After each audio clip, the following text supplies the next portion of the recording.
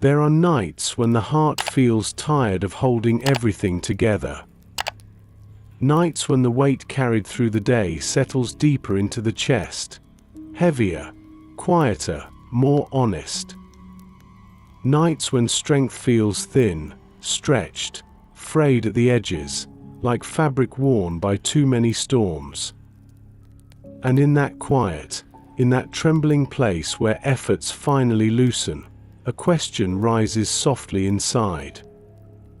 How do we keep going when our own strength no longer feels like enough?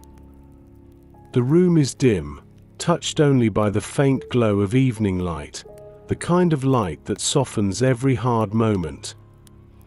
Shadows rest gently against the walls, unmoving, patient, like faithful companions waiting through the night. The air is still, yet full of something sacred, a hush that feels older than time, a silence that listens rather than threatens. This is the tender space where the story begins, a story about weakness, and the kind of strength that does not come from within. Take a slow, deep breath. Let your shoulders soften. Let the noise of the day begin to fade. Let the jaw loosen, the belly relax, the hands grow warm and unhurried. Let yourself arrive fully in this moment, without pressure, without expectation, simply here. If these stories bring you peace, take a moment to like this video. Subscribe for more nightly reflections. And share where you're listening from tonight. Your words and presence help keep this space warm and growing. Now, take another slow breath. Let's begin.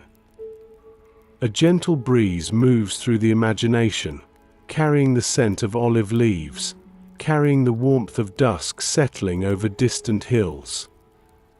Somewhere in that quiet landscape stands a weary soul, not unlike the listener, someone who tried their best, gave their all, and still felt lacking. This is where the ancient whisper emerges, the whisper that has carried countless hearts through seasons of struggle. My grace is sufficient for you. Not thunder, not a command, not a demand to be stronger, but a soft truth breathed into weakness. A truth that says strength is not earned, not achieved, not built by force, but received, gently, freely, as a gift. The story begins with this whisper, because it is in the faintest moments of human frailty that divine nearness becomes most visible. A heart does not have to be unbroken to be held. A soul does not have to be full to be loved. Weakness is not a doorway to shame, but a doorway to grace. Outside the imagined window, the evening deepens, turning the sky into a soft tapestry of violet and fading gold. A small rustle of leaves brushes against the quiet, steady, rhythmic, like breath returning after a long day of strain. The body begins to settle, not because the world has changed, but because a different kind of truth is beginning to rise inside. You are not asked to be more resilient than your heart can bear. You are not asked to push through exhaustion alone. You are invited into something gentler, something kinder, something holy. Let the breath deepen again, slow and steady, rising like warm tide, falling like soft release. Feel the way the inhale gathers the scattered pieces of the day, and the exhale melts them into stillness. Feel the permission to rest, not because everything is solved, but because you are held by one who does not measure worth through strength.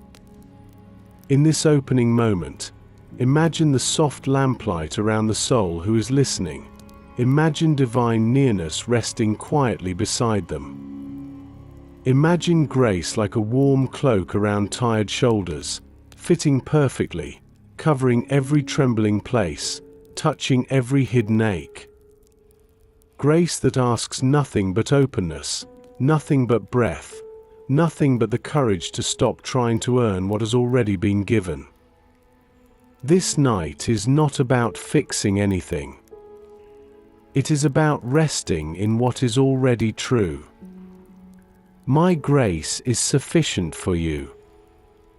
Sufficient for the pain that lingers. Sufficient for the weakness you wish would fade. Sufficient for the weight you cannot lift alone. Sufficient for the questions that refuse to quiet. Let the body soften just a little more. Let the breath slow just a little deeper. Let the heart lean gently into the truth that strength does not begin with effort, but with surrender.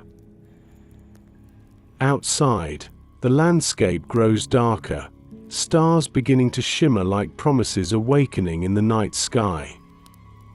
Inside, the spirit grows calmer, held, seen, understood, cherished. The story has only just opened, yet already a softness is unfolding in the quiet, like petals responding to morning light. There is a certain kind of pain that does not pass quickly. A certain ache that lingers like a shadow at the edge of every day. A quiet thorn pressed just beneath the surface of an otherwise ordinary life. For some hearts, it is the heaviness of a body that will not heal. For others, it is the weight of worry that returns each night. For others still, it is a memory that refuses to fade. A story that did not unfold the way it was hoped it would. Whatever form it takes, this lingering ache feels like something that should have ended long ago. Yet somehow it remains. In the soft chamber of imagination, the scene shifts to a simple room in an ancient city. Stone walls. A narrow window where a slice of afternoon light pours in like liquid gold. A man sits there in the quiet, shoulders slightly bent, hands folded loosely in his lap. This is Paul, a servant of Christ, a traveler of many roads, one who has seen visions of heaven and carried messages of hope to distant places. And yet, within his own frame, there remains a thorn. Scripture whispers of this thorn, not with detailed description, but with a kind of holy restraint, leaving room for every listener who has ever carried a private suffering. The exact shape of the thorn is not named, and in that merciful silence, every kind of ongoing struggle finds a place to rest beside him. Illness, anxiety, loss, rejection, a temptation that returns, a weakness that disappoints, an unanswered question that trembles in the dark.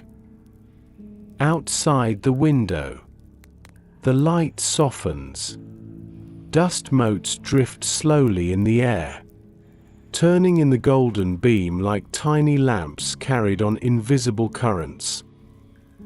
Inside the room, the air is still, but not empty.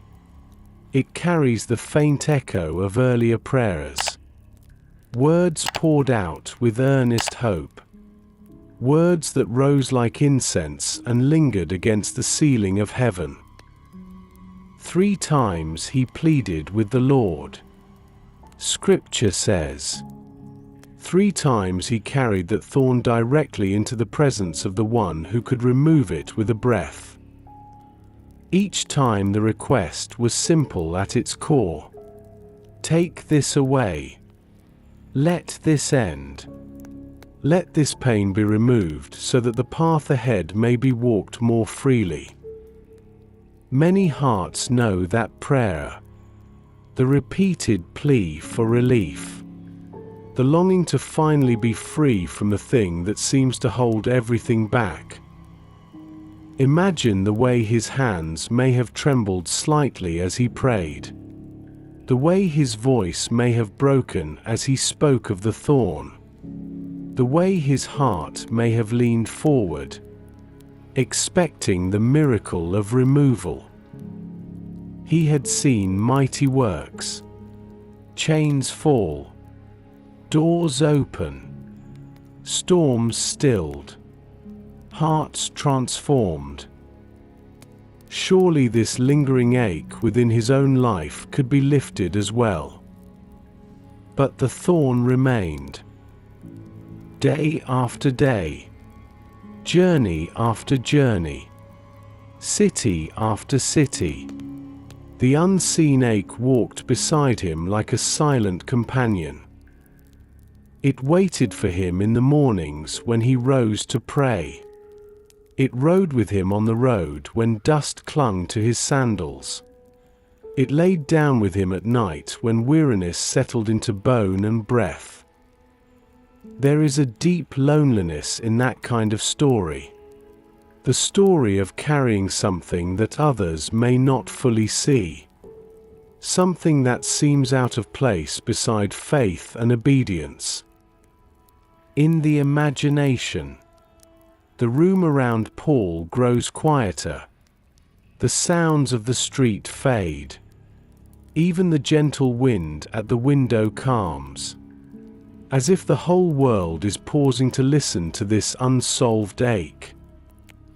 The thorn is not only a source of pain, it is also a source of mystery. Why would the one who loves so deeply allow such a thing to remain? Why would the path of a beloved servant include an ongoing struggle that does not yield to prayer?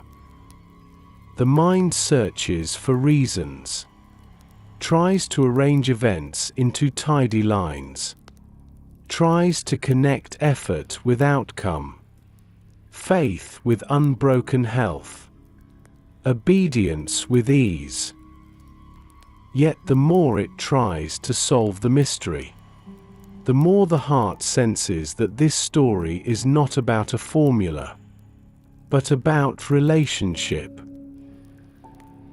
In the soft light of that stone room, Paul sits as a living picture of every believer who has ever wondered why relief has not yet come. His shoulders rise and fall with the rhythm of tired breath. His eyes close for a moment as he leans inward, not toward despair, but toward a deeper seeking.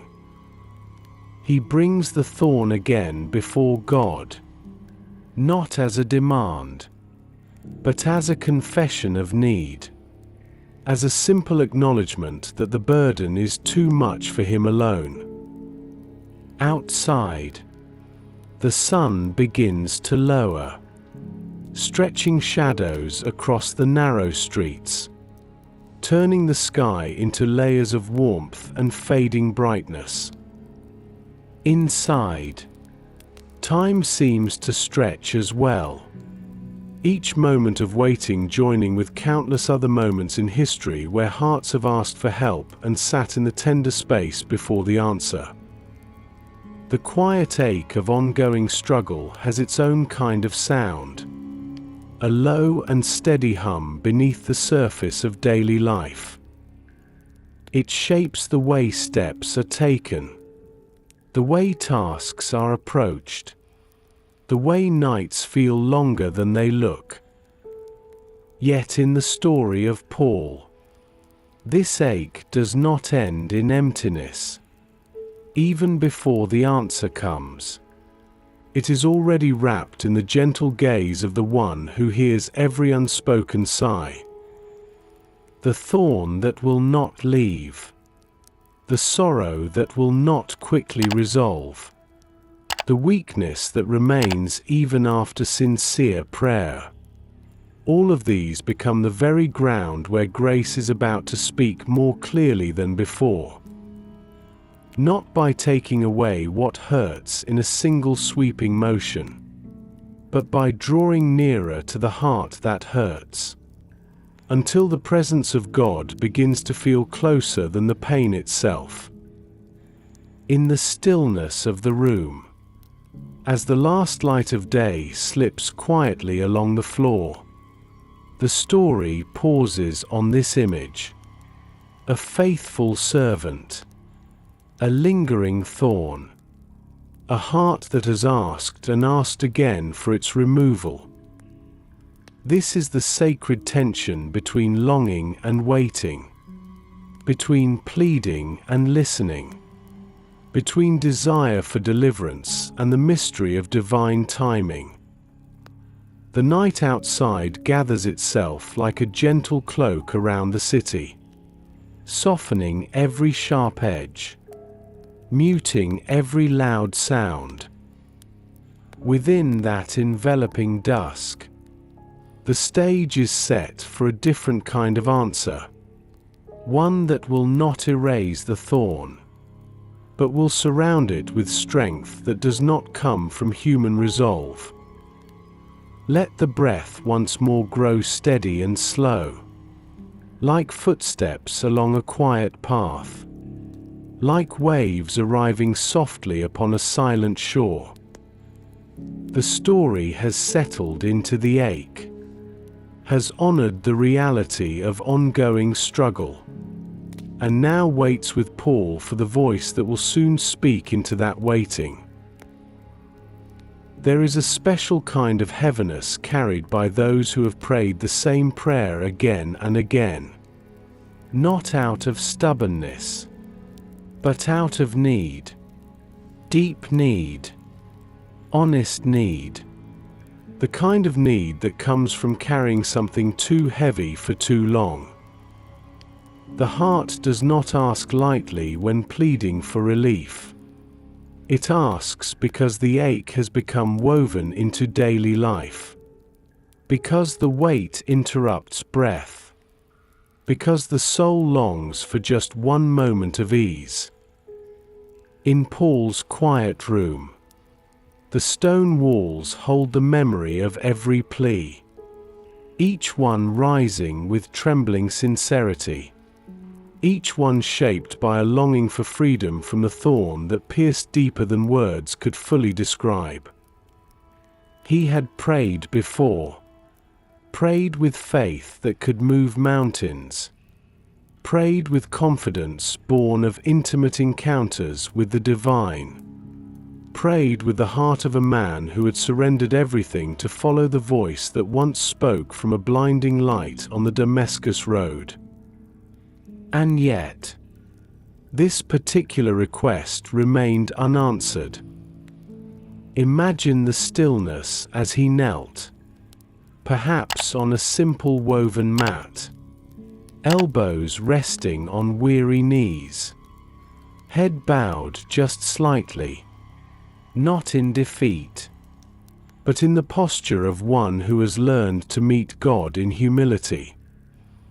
The room was not grand. No elaborate decorations. Only the essentials of a life devoted to mission. A traveling cloak folded in the corner. A small oil lamp flickering near the wall. Parchment and ink waiting for the next letter that would carry comfort to distant believers. But at this moment, before any ink touched parchment, before any message was shaped for others, Paul brought his own need to God again. Quietly, honestly, 3 times. Scripture speaks the number gently, not to count attempts, but to reveal the rhythm of the heart in suffering. 3 times he returned to the same place of surrender. 3 times the same ache rose from within him like a tide that refused to recede. 3 times his hands opened in the dim light with longing for release. There is a holy tension in prayers that seem unanswered, a tension that many hearts know well. The mind searches for meaning, tries to trace the silence, wonders if the words were heard at all. But the heart knows that pleading itself is an act of faith. The willingness to return again is a sign of trust. The courage to ask more than once reveals the depth of relationship.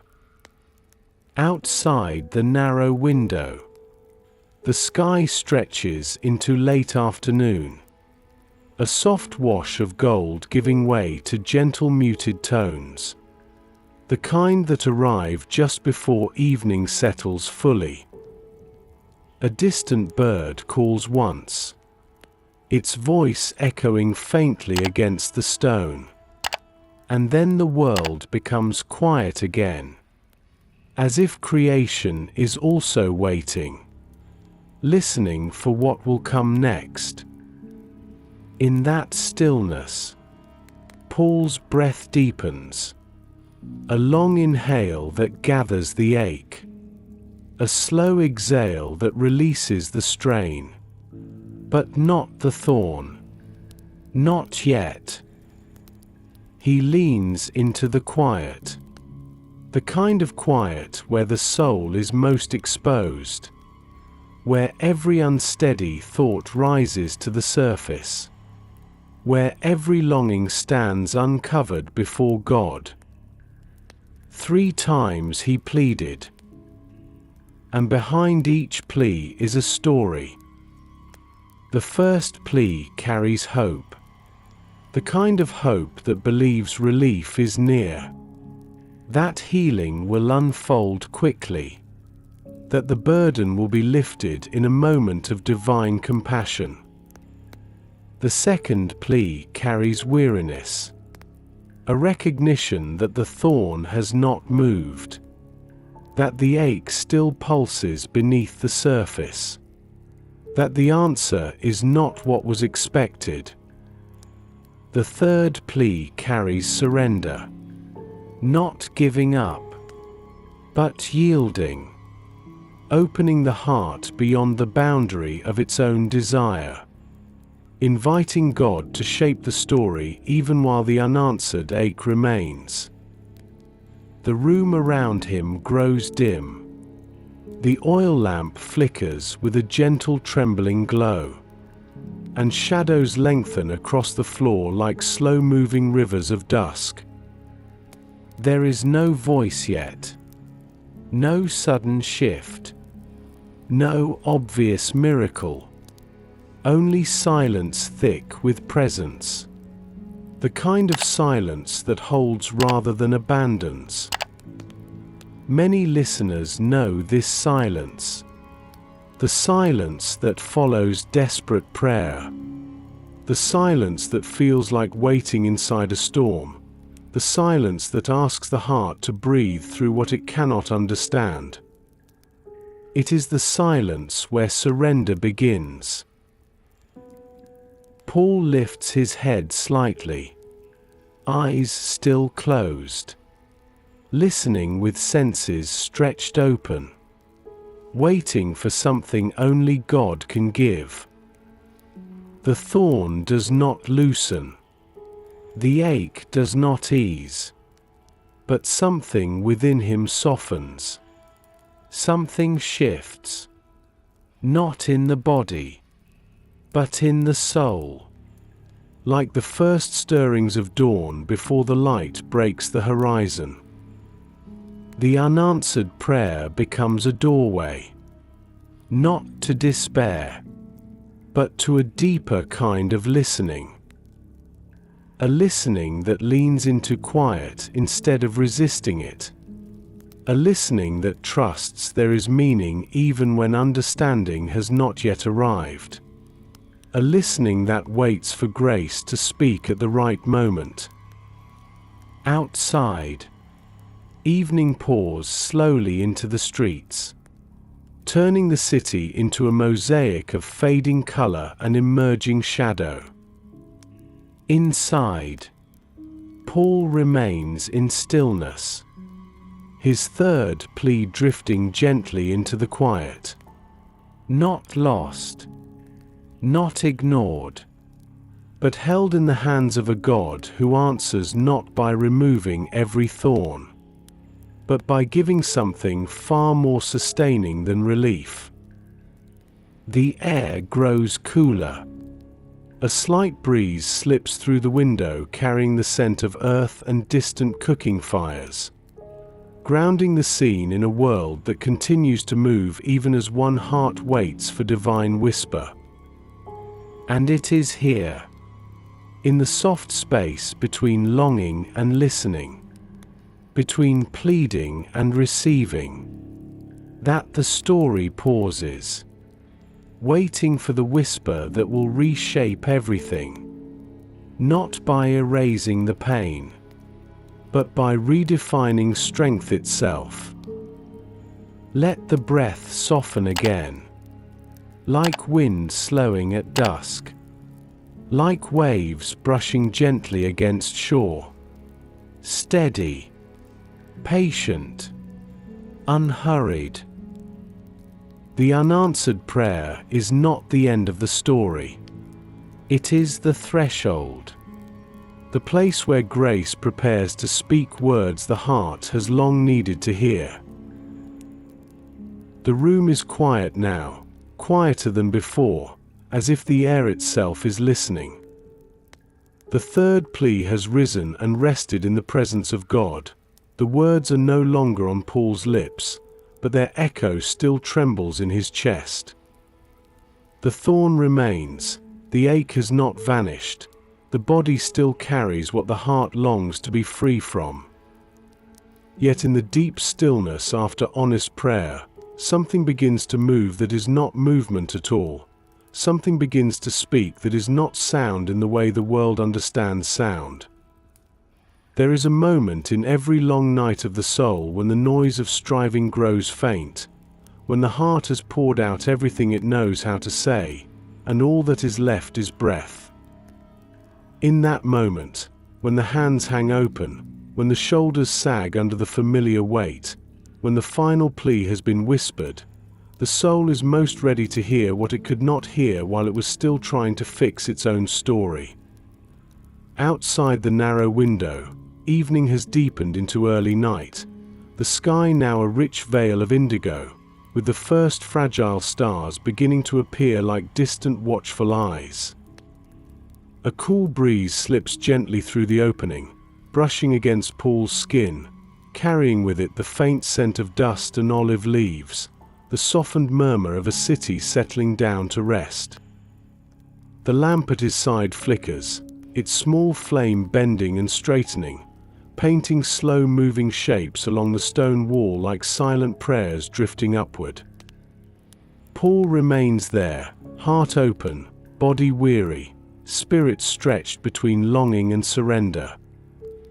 His eyes are closed, not to shut the world out, but to turn more fully toward the presence he has come to know, the presence that met him on the road, that forgave, that called, that guided every step since.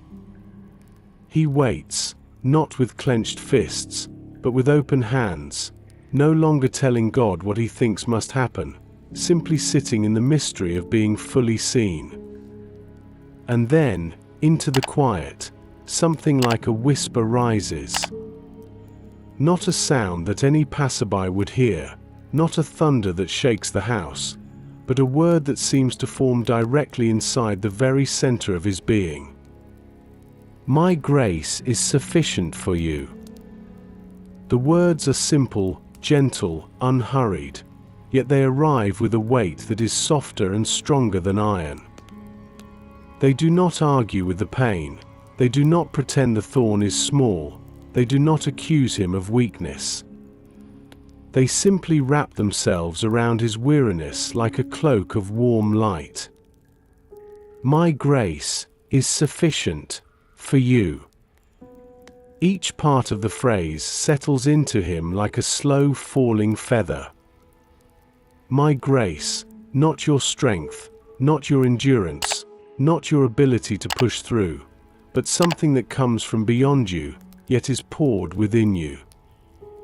Is sufficient, not barely enough, not thin or fragile, but full, complete, exactly fitting the need, like water filling every empty space in a vessel. For you, not only for others, not only for the strong and untroubled, but for the one who is kneeling here, with a thorn that has not gone away, with a body that feels too frail, with a heart that has asked and asked again. As the words rest within him, the room does not change, the walls remain the same pale stone, the lamp still flickers, the night outside still deepens. Yet something inside Paul begins to loosen, not his faith, but his need for the answer he expected. He had prayed for removal, for release from the thorn, for freedom from the ache. Instead, he receives presence, a promise, a declaration that what God gives in this very moment is enough to carry him, thorn and all. In the imagination, it is as if a river of quiet strength begins to flow beneath the surface of his weakness. The pain has not vanished, yet it no longer stands alone. It is now surrounded by the gentle certainty that he is not abandoned in it, not failing in it, not disqualified by it. My grace is sufficient for you. The words repeat softly, like waves returning again and again to the shore. With each repetition, a different fear begins to let go. The fear of not being strong enough, the fear of being a burden, the fear that this unresolved struggle somehow means God is distant. Each fear is met by the same answer, the same steady truth: grace is enough. Paul slowly draws a breath, deeper than before, as if he is inhaling those very words. With the inhale, he gathers the memory of the thorn, the sharp edges of disappointment, the heaviness of repeated prayer. With the exhale, he releases them into the promise he has just heard, allowing weakness to rest in something greater than itself. This is not the answer many hearts hope for when they beg for relief. It does not erase the burden in an instant. It does not promise that the coming days will be without struggle. Instead, it offers something more intimate, more enduring, a companionship of grace that will meet him again and again, every moment the thorn reminds him of his need. Outside, the stars multiply across the sky, small lights scattered over the dark like grains of hope on a field of night. Inside, in the soft glow of the lamp, a new understanding begins to unfold within Paul's spirit. If grace is sufficient, then the measure of his life is no longer the absence of pain, but the presence of God in the midst of it. If grace is sufficient, then weakness is no longer a place of failure, but a doorway where divine power can be seen more clearly. In this quiet revelation, the weary apostle does not leap to his feet, he does not rush to write, he does not hurry to explain. He simply remains in the stillness, letting the words sink deeper, letting them find every hidden corner of fear and self-reliance. My grace is sufficient for you. My grace is sufficient for you. The phrase becomes like a lullaby for his spirit, a gentle refrain that will follow him into every city, every storm, every prison cell, every long night afterward. It will also follow every heart that hears his story, every soul who reads the words he later writes under the same light of grace. Let the listener rest in that whisper now. Let the body soften into whatever surface it rests upon, Let the shoulders release what they no longer need to carry alone. Let the breath rise and fall with the rhythm of those words. My grace is sufficient for you. The thorn may still be there. The struggle may still be real. But already, the night feels different, because the heart is no longer alone within it. The whisper settles over the room like a soft mantle, gentle, warm, steady. Paul remains still, listening not with his ears but with the deeper part of himself, the part that aches, the part that has pleaded, the part that has finally fallen silent enough to receive what was always being offered. My grace is sufficient for you. The words linger in the air, then seep into the spaces where fear once lived, filling the hollow places that weakness carved over time. For a moment, there is no movement, no shift, no grand revelation, only a quiet unfolding, like a flower opening its petals in the hours before dawn. But slowly, tenderly, something begins to change inside him, something subtle yet unmistakable. The ache remains, yet the meaning of the ache begins to soften, its edges blurring in the glow of divine presence. A new truth begins to rise, not loud or urgent, but with the calm certainty of starlight, constant, patient, unwavering. My power is made perfect in weakness. The words form like a breath against his soul, illuminating the very place he hoped would be taken away. Outside the window, night deepens further, the last colors of twilight slipping beyond the horizon, leaving behind a sky washed in indigo and silver. A soft wind brushes through the narrow opening, cooling the warm air of the day, carrying with it the quiet sigh of distant trees, a sound like the earth exhaling. The lamp flame trembles gently, its glow casting tender arcs of gold across the stone floor, each flicker dancing like a reminder that even the smallest light can transform the darkness around it. Paul draws a slow breath, one that feels different from the breaths before, deeper, steadier, filled with something that strengthens from within instead of demanding strength from without. For the first time, he begins to understand that weakness is not the opposite of divine power. It is the very soil in which divine power takes root. Not despite weakness, but within it. Not after weakness ends, but while it still remains. Imagine the thoughts moving through him now, not racing, not restless, but unfolding gently like a scroll being unrolled by careful hands. He had asked for removal, believing that freedom from the thorn would make him stronger, more effective, more capable of walking the path set before him. But the answer reveals a different truth, a truth that reshapes everything he thought he knew about strength. Real strength is not the absence of strain, but the presence of grace within it. Real strength is not perfection, but dependence, the steady leaning of the heart upon a God who never falters. Real strength is not built by self-reliance, but by letting divine power fill the spaces where human ability ends. The weakness he despised, the thorn that tormented, the frailty he wished away, now becomes the place where God chooses to dwell most intimately. The revelation is not sudden, not overwhelming, but gentle, like a quiet light brightening a darkened room, touching one corner, then another, until everything grows softly visible.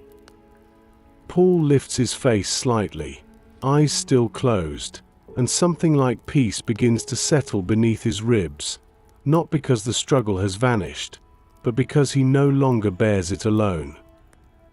He senses the shift, simple yet profound, from resisting weakness to allowing it to become a vessel of grace. What once felt like failure now becomes a doorway. What once felt like limitation now becomes invitation. What once felt like burden now becomes a place where God's presence flows. Outside, the breeze continues to whisper through the small window, brushing against his hair like a mother's hand resting softly on a child's brow. The stars above shimmer with tranquil breath, their stillness echoing the stillness beginning to rise within his own spirit. The city murmurs faintly in the distance, not intrusive, just a reminder that life continues, that tomorrow waits, that grace will be there too when dawn arrives. Paul breathes again, slower, fuller, as if inhaling the strength that does not originate from him, but is offered freely, lovingly, quietly. This strength does not ask him to push harder, or fix everything, or prove his worth. It simply invites him to rest in who God is, rather than in what he can achieve. Power in weakness. The phrase no longer feels like a paradox, but like a blessing, a new rhythm, a new way of living. It means he no longer needs to carry the illusion of perfection, no longer needs to fear the places where he falls short, no longer needs to hide the ache that lives beneath the surface. Because every place he cannot stand strong, God stands with him. Every place he trembles, God steadies him. Every place he breaks, God fills the cracks with grace that shines like healing light through wounded stone. The room around him seems to grow softer, as if wrapped in a quiet glow, as if the very walls are leaning close to listen to this holy transformation. Inside him, the thorn remains, but it no longer feels like an enemy. It feels like a reminder of where God meets him most tenderly. Weakness, once feared, becomes holy ground. Let the listener rest in this same truth now. Let the breath deepen with the assurance that weakness is not a disqualification, but a place where divine strength enters gently, faithfully, continually. Let every hidden ache be softened, not by removal, but by the presence that holds it with infinite compassion. Let every trembling place remember that it is never alone.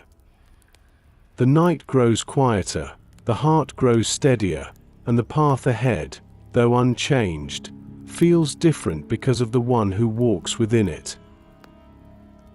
There are weights the heart carries that never appear on the surface, burdens that shape a life quietly, silently, like stones tucked into the folds of a garment. Some of these weights are memories, some are fears, some are responsibilities that feel too large for one pair of hands, some are quiet wounds that still pulse beneath the skin. Most are invisible to those around us, yet they press heavily on the spirit, especially in the soft hours of evening when the noise of the world recedes and the truth of our inner life rises gently to the surface. Paul knows this weight well, the weight of the thorn, the weight of expectation, the weight of calling, the weight of traveling roads that were never smooth or predictable. And now, as the whisper of divine grace settles into him, another truth begins to reveal itself, not through sudden revelation, but through gentle unfolding. The thorn is still present. The ache has not dissolved.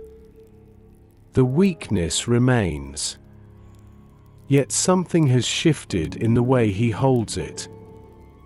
Before, he carried the weight as if it were his alone, something he needed to solve, something he needed to overcome, something he believed he must somehow rise above through his own effort. Now, the whisper of grace surrounds the weight, not lifting it entirely, but cradling it, changing the way it rests against his soul. Because weakness is no longer a verdict, it is an invitation, a place where God's hands draw near. Outside the narrow window, the night deepens into a kind of velvet darkness, smooth, soft, unthreatening. A few distant lanterns glow along winding streets, their warmth flickering through the alleys like small promises carried on fragile flames. The breeze moves slowly now, gentler, carrying the coolness of night as though the world itself is settling into rest. Inside the room, Paul sits in quiet stillness, his breath steady, his body tired but not defeated, his heart open in ways it has not been in many long nights. The weight he carries is unchanged, yet it no longer presses with the force of isolation. He senses, subtly at first, then more deeply, that the weight rests not only in his hands, but in the hands of the one who whispered grace into his longing. Imagine the scene through the soft lens of the Spirit. Two hands, Paul's, fragile, human, trembling slightly, cupped beneath a burden he feels too weak to bear. And beneath his hands, unseen yet unwavering, the stronger hands of God, steady, tender, lifting just enough of the weight to keep it from crushing him. Not removing it, but sharing it. Not erasing it, but holding it with him. This is the mystery of living in grace. It does not promise a life without weight, but a life where no weight is carried alone. Every ache becomes a resting place for divine nearness. Every weakness becomes a meeting place for divine strength. Every burden becomes a shared story, a quiet partnership between human fragility and eternal compassion. Paul exhales slowly, his breath sinking into the quiet like a stone settling at the bottom of a still river. With each breath, he feels the gentle presence beneath his ache, the steady support that does not waver when his strength does. He realizes that grace is not only sufficient, it is present, immediate, near as breath, near as starlight, near as the faint hum of dawn waiting just beyond the horizon. The vision of weight and hands expands, becoming an image not just for Paul, but for every heart that has ever carried more than it could hold. The parent overwhelmed by responsibility. The soul weighed down by grief. The tired body fighting pain day after day. The mind wrestling quiet storms that others cannot see. All are held in the same way, gently, faithfully, by hands that do not tire or tremble. Outside, a soft rustle of wind stirs the leaves of a distant fig tree, a sound so subtle it feels like the night breathing. Inside, Paul's heartbeat slows, finding a steadier rhythm, one shaped not by fear, but by trust. He does not need to pretend strength he does not feel. He does not need to brace himself against every ache. He does not need to solve what is unsolvable by human wisdom. He simply needs to rest in the truth that he is not carrying anything alone. The hands of God hold what he cannot. The grace of God fills what he lacks. The presence of God steadies what trembles.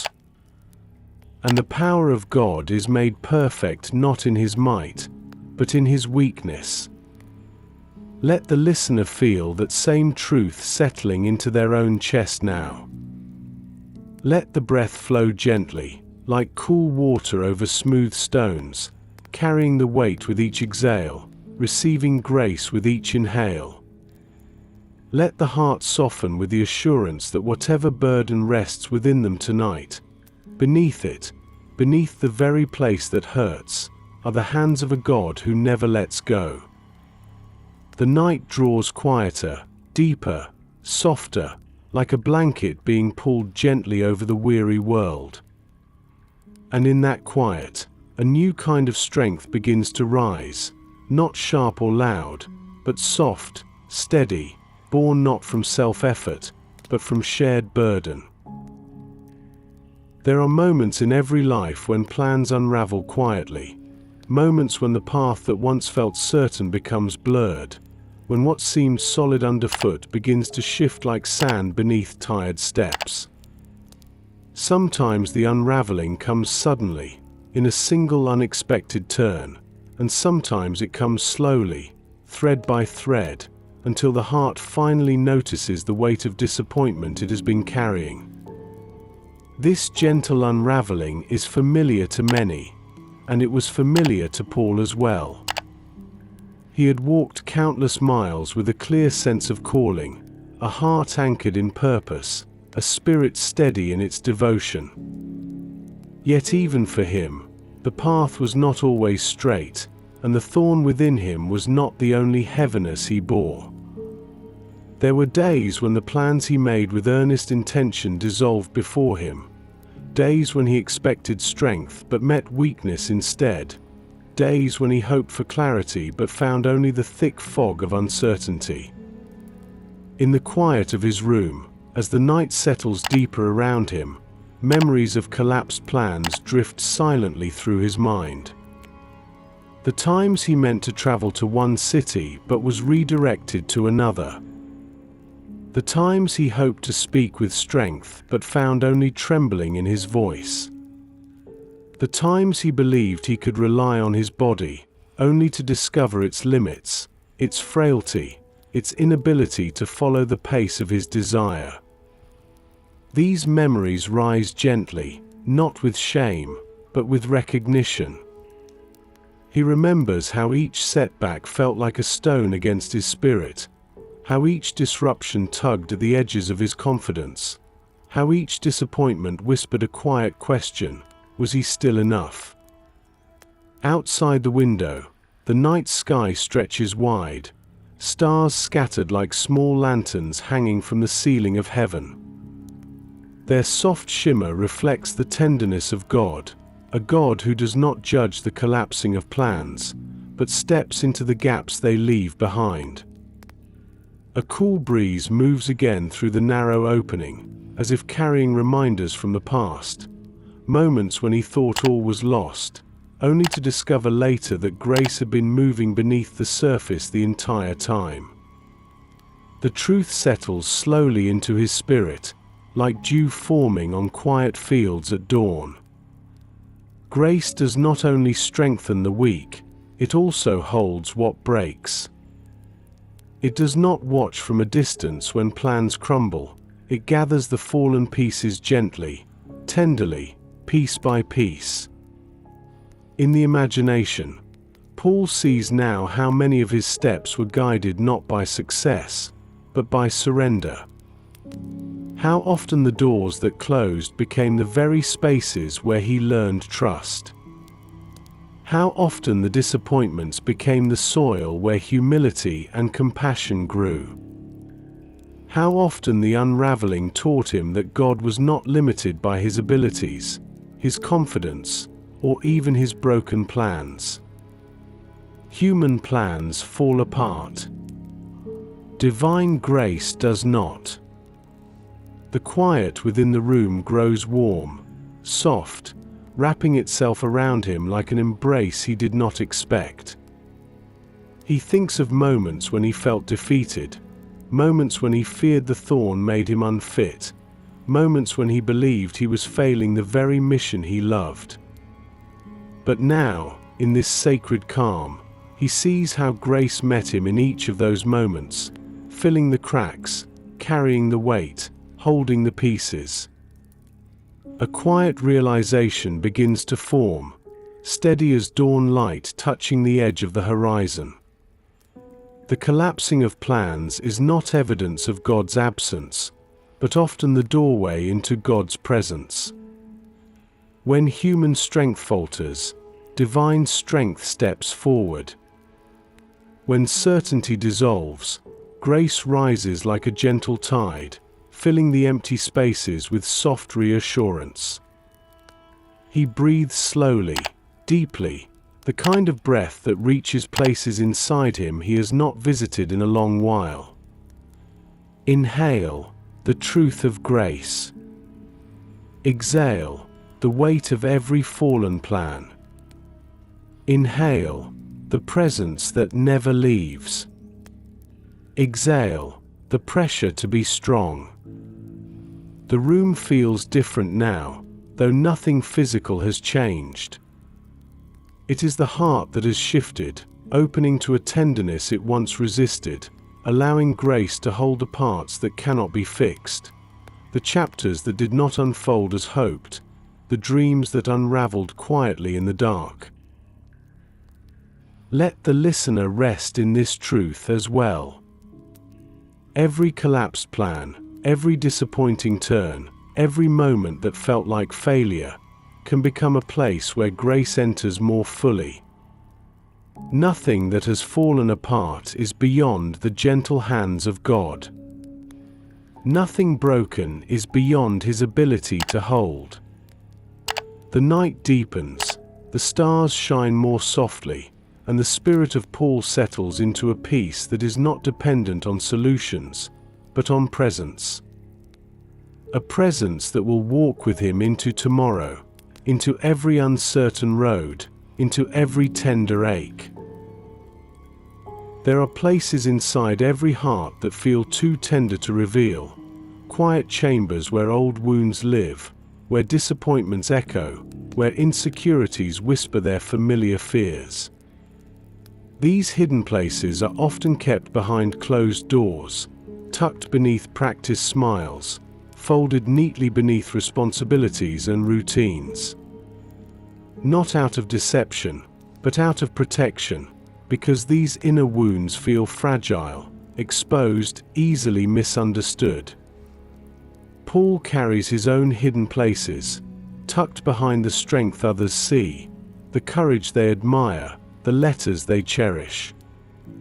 Beneath the boldness of his preaching, beneath the authority of his calling, beneath the resilience of his journeys, lies the private ache of the thorn and the quieter ache of his own self-doubts. Even apostles are human. Even the strongest have tender places. In the dim glow of the lamp, shadows curve gently along the stone walls, brushing the edges of the room like soft wings. The night outside grows deeper, the air cooler, the silence more complete, creating a space where the soul is free to speak without fear of being overheard. Here, in this quiet, one truth rises slowly, the truth that shame often grows not from what is seen, but from what remains hidden. Shame does not shout, it whispers. Whispers that weakness makes us unworthy. Whispers that burdens make us a disappointment. Whispers that the parts of us still trembling somehow place us outside the circle of God's delight. Paul knows these whispers, knows how they can cling to the edges of the heart, knows how easily the mind can mistake a thorn for a failure. He remembers moments when the pain was strong enough to shake his confidence, moments when he wondered whether his body would betray him during his ministry, moments when he feared his struggle made him less useful. But now, with the whisper of grace resting inside him, something begins to shift. Slowly, gently, like dawn brightening the horizon after a long night. Grace moves toward the hidden places, not away from them.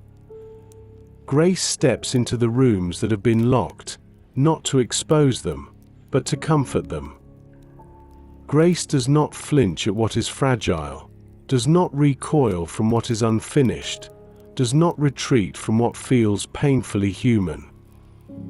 Imagine the presence of God in that small room, not as a distant king seated on a throne, but as a soft light filling every corner, even the ones the heart hoped to keep dim.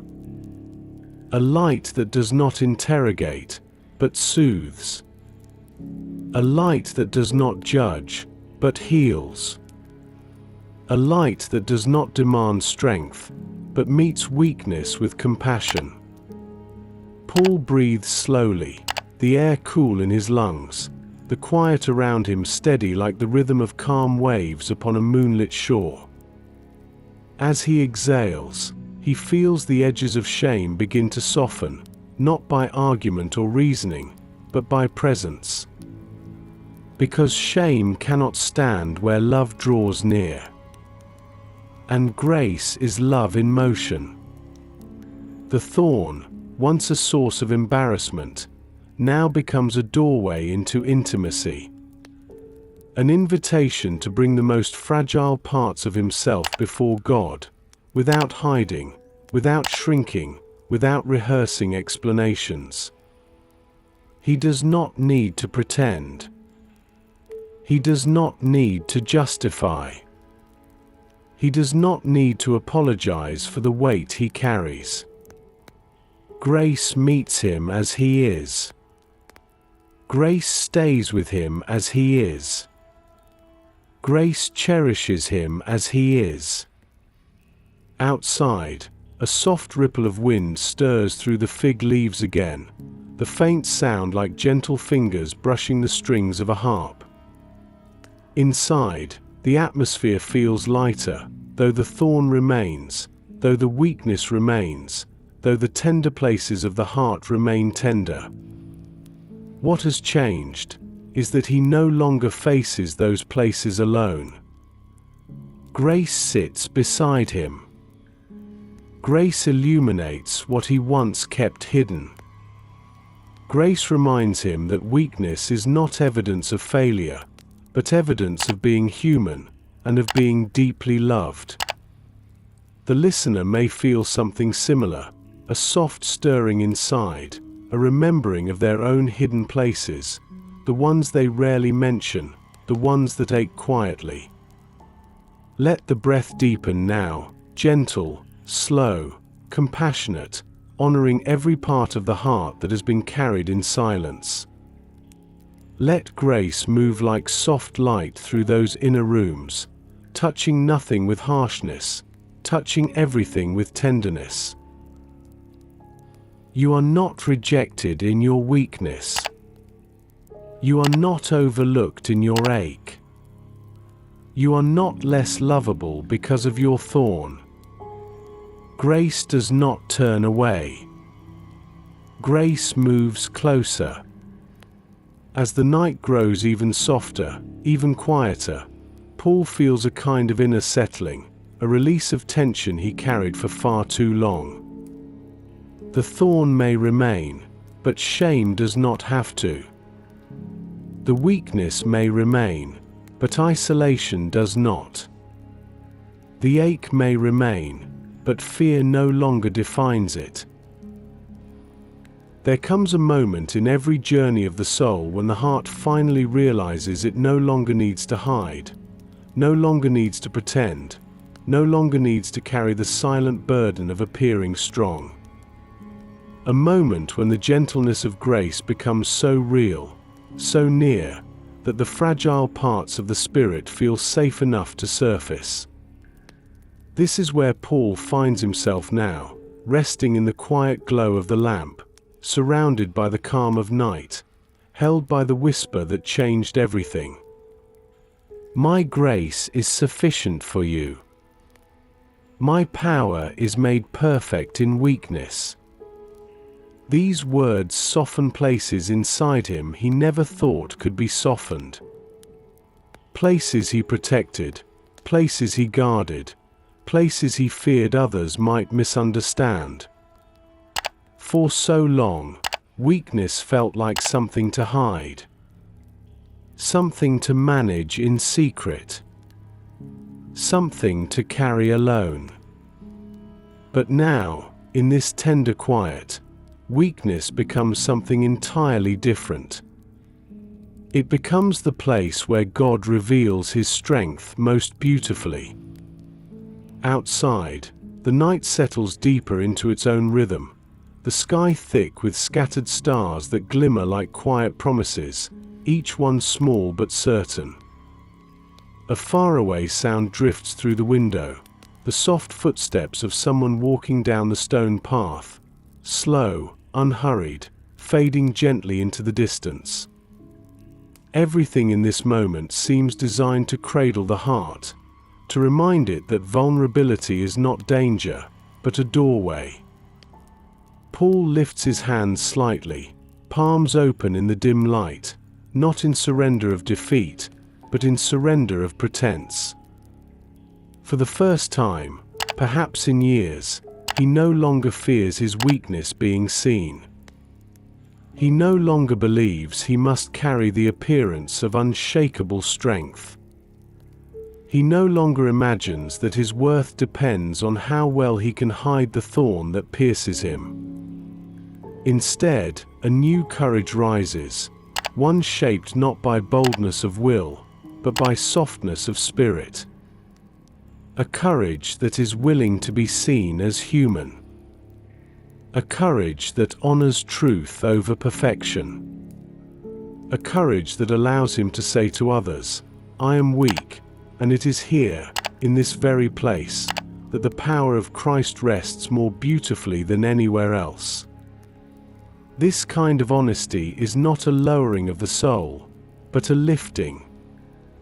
Not a diminishing of value, but an unveiling of grace. Not a loss of dignity, but a discovery of deeper connection. Imagine the shift in his heart, like a closed flower slowly opening under warm morning light, not hurried, not forced, simply responding to gentleness. He remembers the people he has met, the broken, the wounded, the fearful, the discouraged, the ones who believed they were disqualified by their own struggles. Now he realizes, fully, that what they needed from him was never perfection. It was presence. Honest presence. Shared humanity. Weakness wrapped in grace. This realization rises inside him like a soft tide, steady, full, unthreatening. He understands now why God did not remove the thorn. Not to punish. Not to burden. But to shape a heart that could speak to others from a place of compassion, not distance. From a place of empathy, not superiority. From a place of humility, not unreachable strength. Because it is only the heart that knows its own fragility that can truly hold the fragility of others. It is only the soul that has fallen to its knees that can offer a hand to someone else who has stumbled. It is only the one who knows weakness intimately who can say with sincerity, "You are not alone." Outside, a faint breeze moves again, rustling through distant leaves, the sound soft as whispered reassurance. Inside, the lamp flame flickers gently, its glow tracing the contours of Paul's face, revealing a serenity that was not there before. This is the serenity that comes from no longer hiding, no longer performing, no longer fearing what weakness reveals.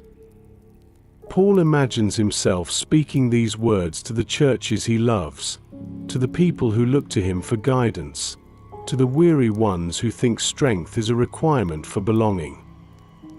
He imagines telling them that his weakness is where he meets Christ most deeply. That the thorn he once despised is now the reminder of where grace rests upon him like a soft mantle. That he no longer boasts in success or achievement, but in the very places where he has felt most fragile. This is the courage of softness. The courage of honesty. The courage of letting grace shine through the cracks rather than the polished surfaces. Let the listener breathe into this truth now. Let the breath enter gently, as if it is carrying a small lantern into the hidden corners of the heart. Let the exhale release the pressure to appear stronger than they feel.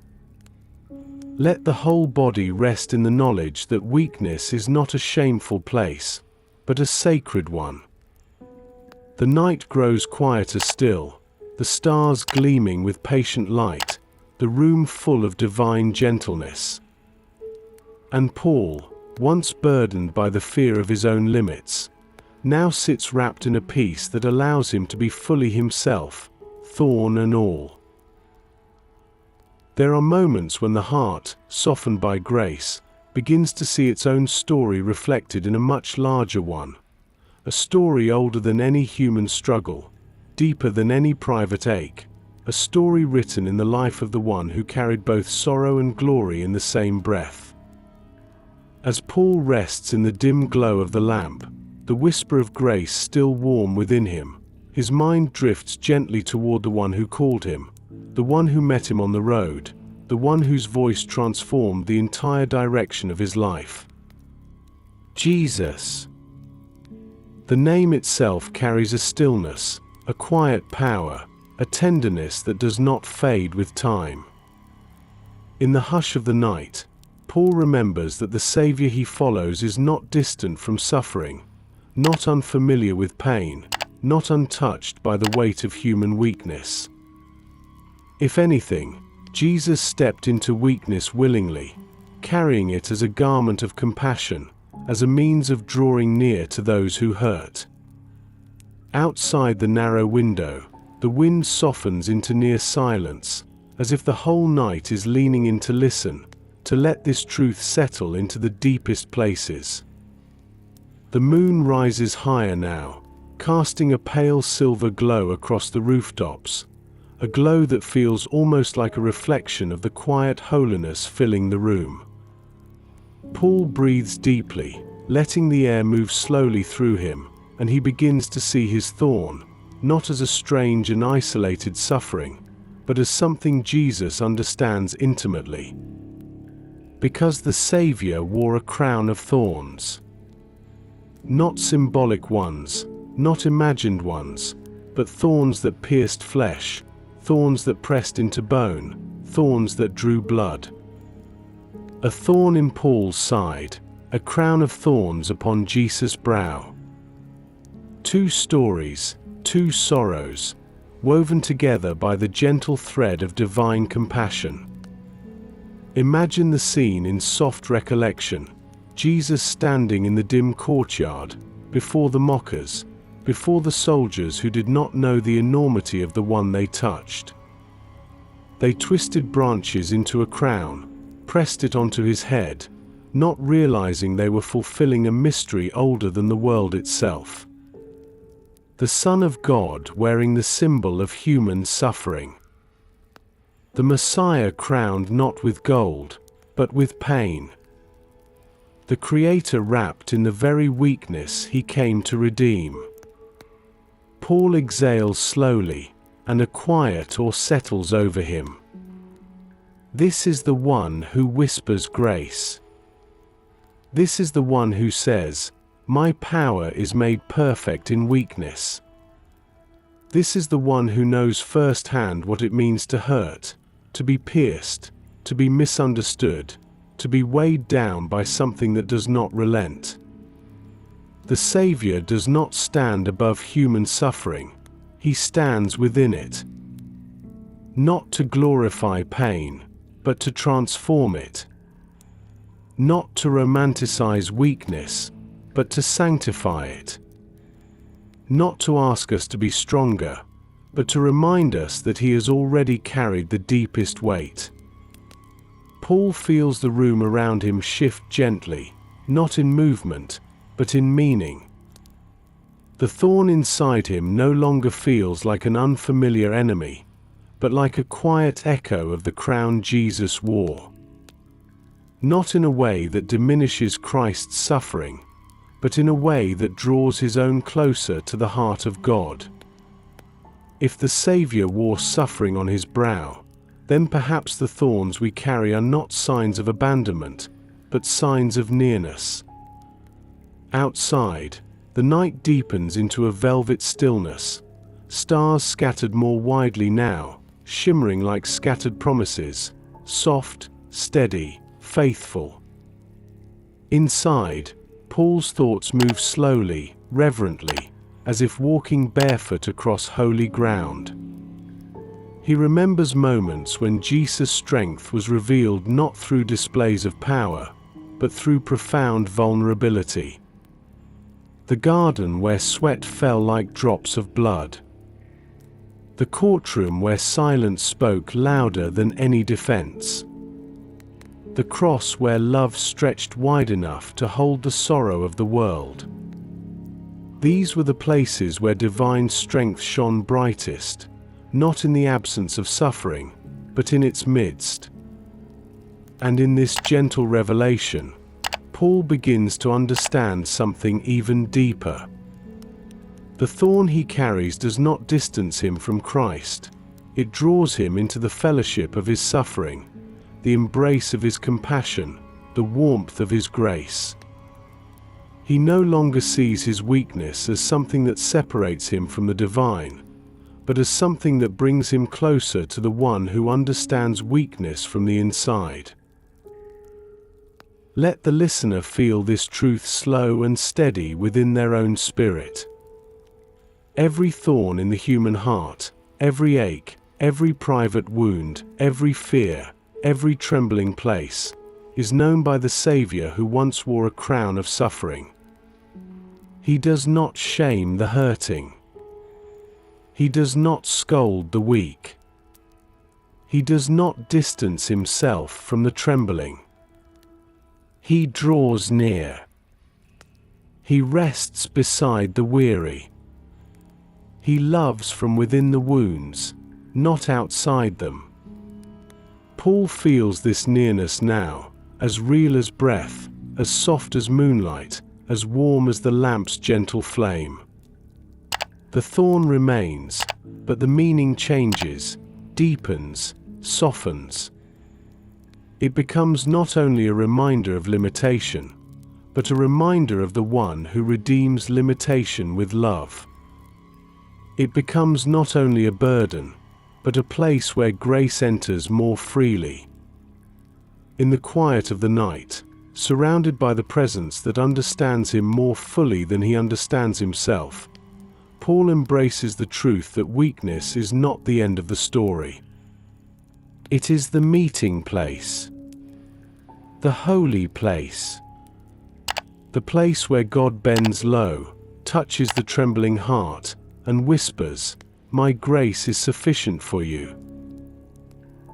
There are seasons when the word enough feels distant, unreachable, like something reserved for other people, other lives, other stories. Nights when the heart feels stretched thin, when the day has taken more than it gave, when the future feels uncertain, and the soul quietly wonders whether it will ever feel whole again. It is in these tender moments that the whisper of grace returns, gentle as dawn light across a sleeping field. My grace is sufficient for you. Sufficient. Enough. Exactly what the heart needs, even when life does not look the way it hoped it would.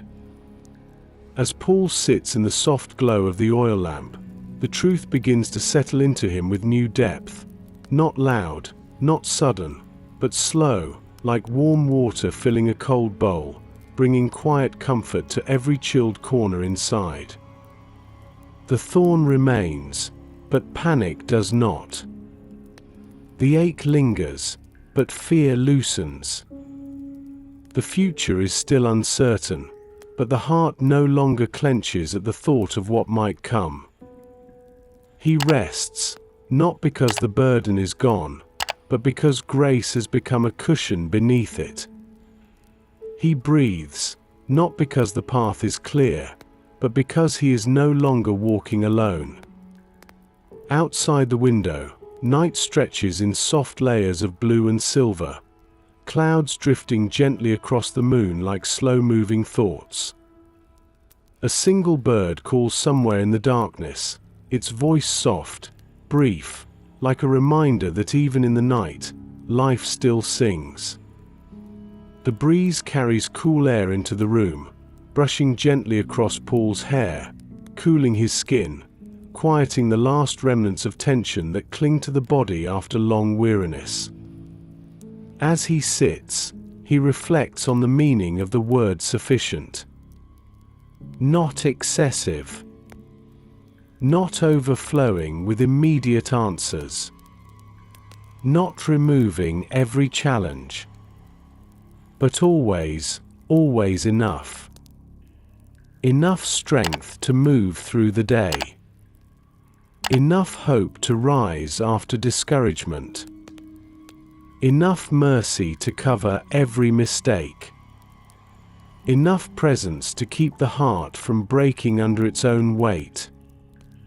Enough love to remind the soul that it is never abandoned.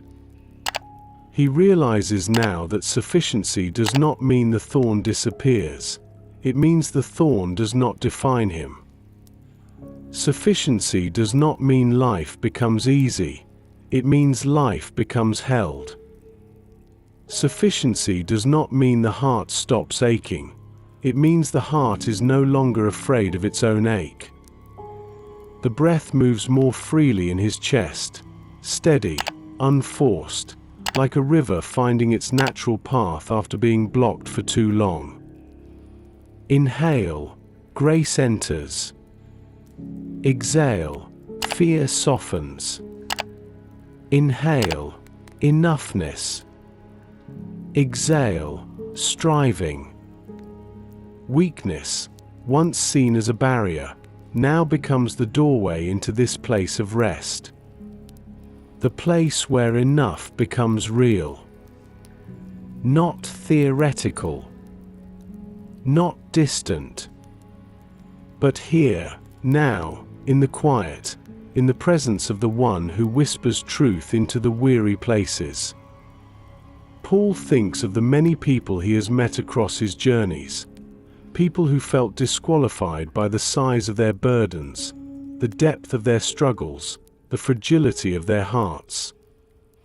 He thinks of how often they believed they needed to be stronger, purer, more disciplined, more unshakable, before God could use them or love them.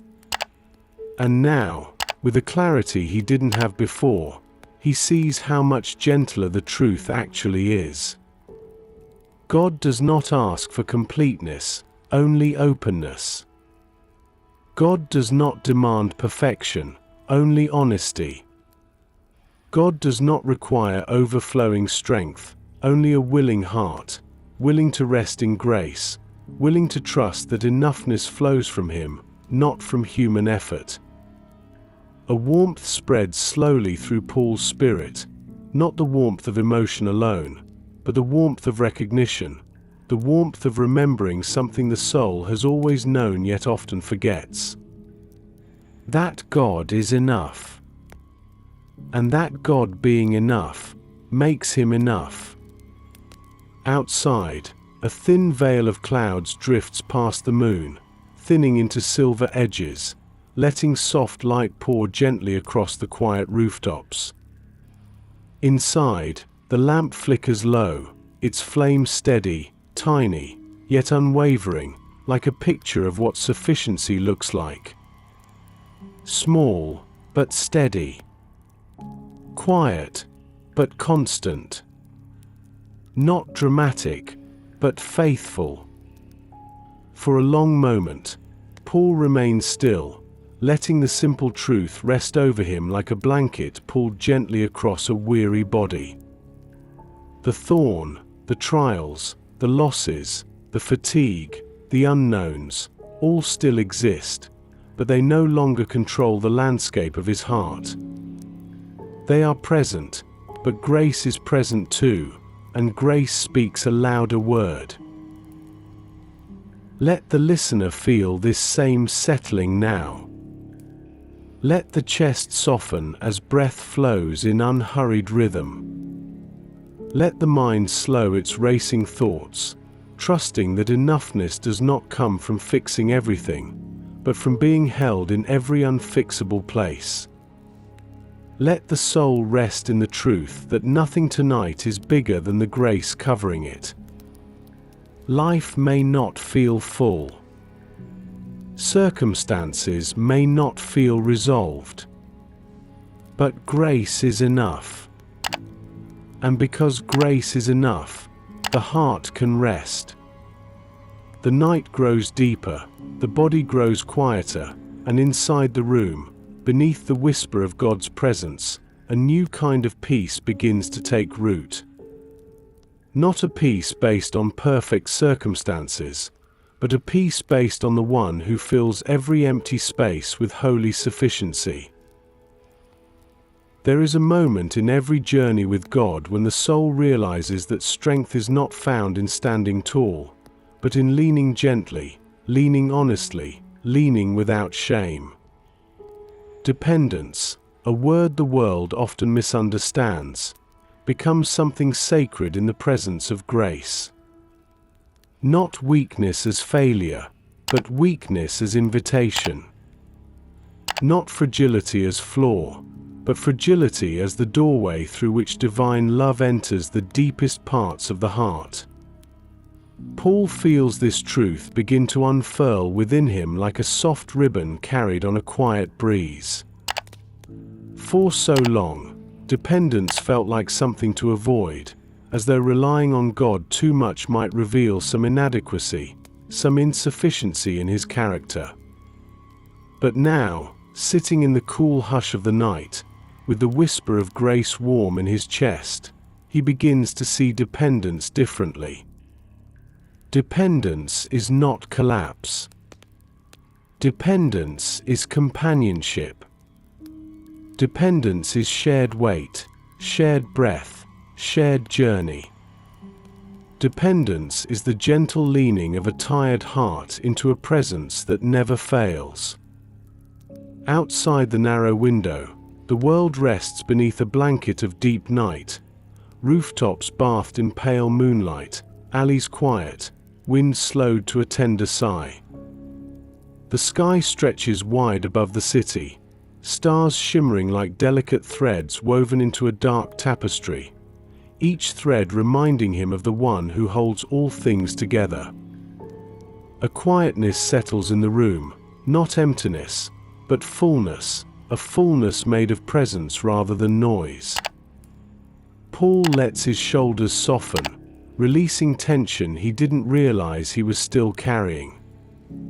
The thorn is still there, the weakness still part of him, but now, rather than bracing against it, he leans into grace, letting himself be supported by the one who whispered into his weariness.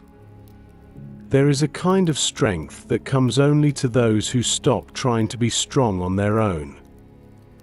He remembers moments on his journeys when dependence was forced upon him. Nights when the road was long and his legs trembled from exhaustion. Days when hunger gnawed at him and strength drained like water from cracked clay. Storms when the sea tossed his fragile vessel with a kind of wild indifference. In each of these moments, the illusion of self-sufficiency dissolved, and only grace remained. And now, sitting in this quiet room, he realizes something deeper. Dependence is not meant only for moments of desperation. It is meant for every moment, every breath, every step. Because grace is not a rescue rope thrown only when we are sinking. It is the ground beneath every footfall, the air in every breath, the steadying hand that never withdraws. Imagine Paul's spirit leaning now, like a weary traveler resting against a sturdy ancient tree, letting its strength hold him, letting its roots anchor him, letting its stillness calm the beating of his tired heart. He does not strain to stand taller, he does not lift his chin in defiance, he does not force himself into posture of strength. He simply rests. And in resting, he becomes strong. This is the paradox of grace. Strength rises when striving falls.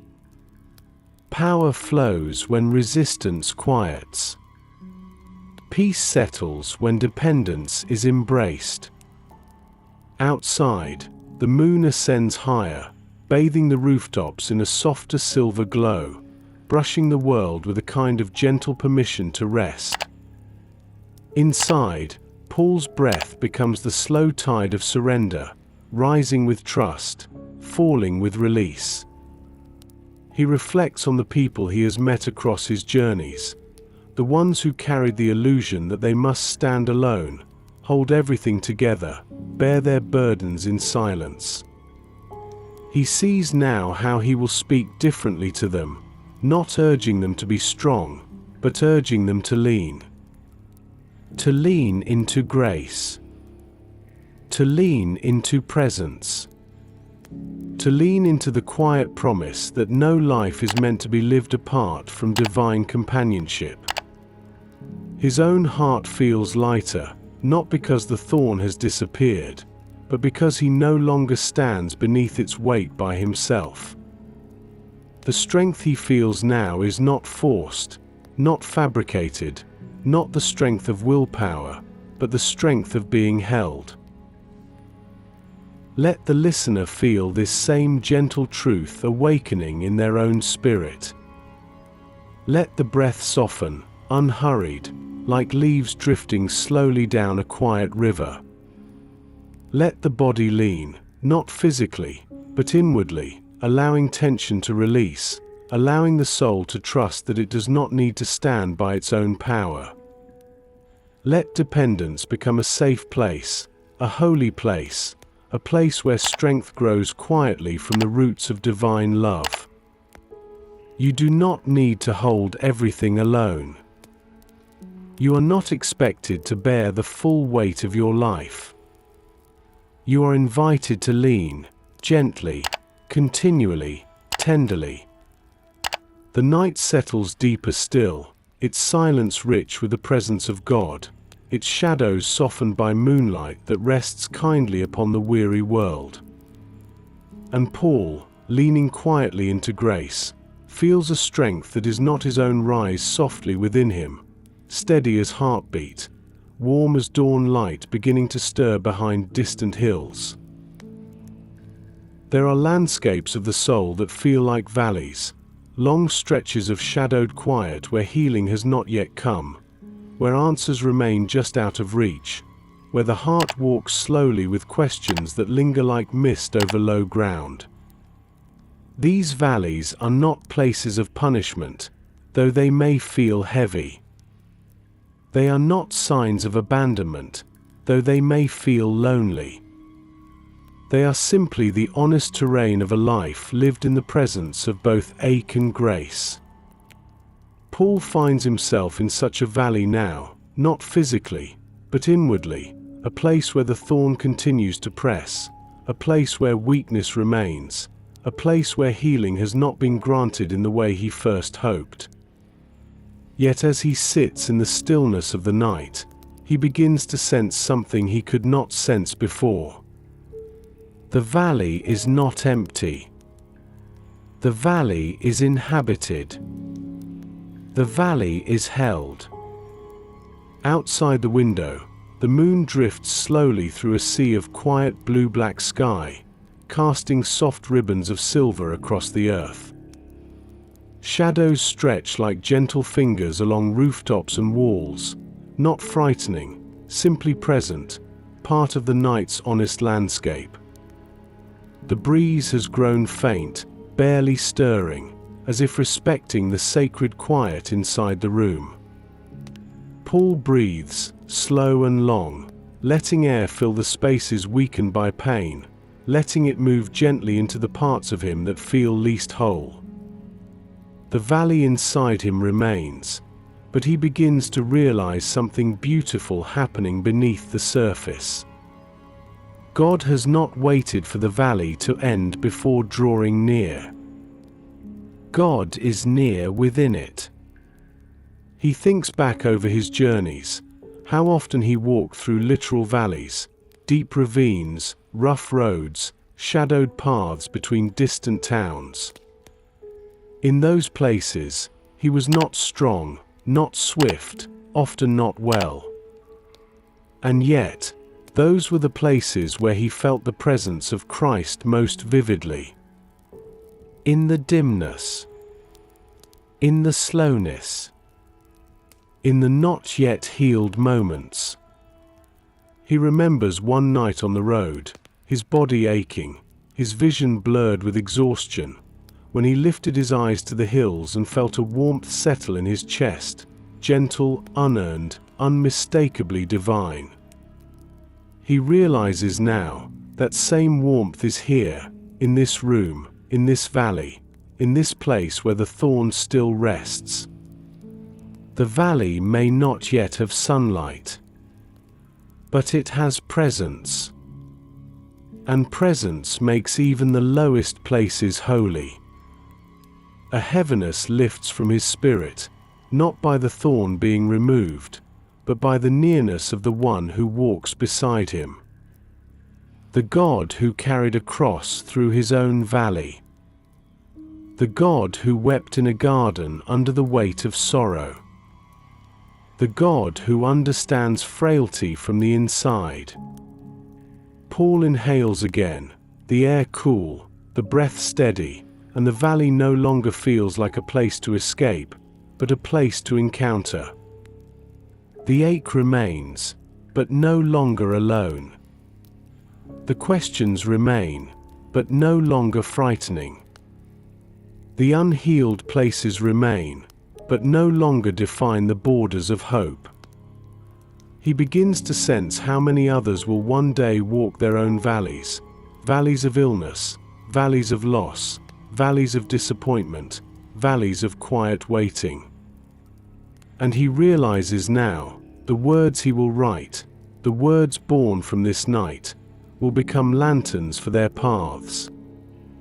Not because he writes from strength, but because he writes from the very place they stand. He writes from the valley. He writes from weakness. He writes from grace. He sees now that healing is not always the removal of the thorn. Sometimes healing is the discovery of God's nearness where the thorn still remains. Sometimes healing is comfort. Sometimes healing is companionship. Sometimes healing is the gentle hand that steadies the trembling heart. Outside, the world is wrapped in a deeper hush, as though creation itself is pausing to honor the stillness of this moment. Inside, the lamp flickers softly, casting warm gold across Paul's face, illuminating the quiet peace forming behind his closed eyes. The valley is still here, but now it glows faintly with the light of grace.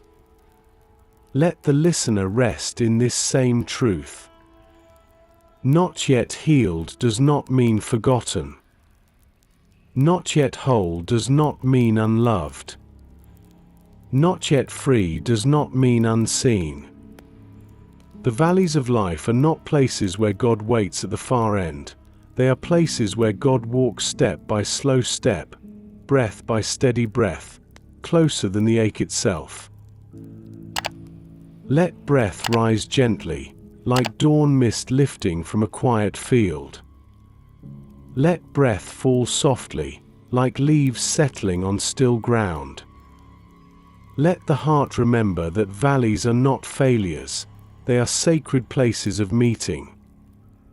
The night deepens, yet the soul grows lighter, held tenderly by the God who does not wait for the mountaintop to draw near.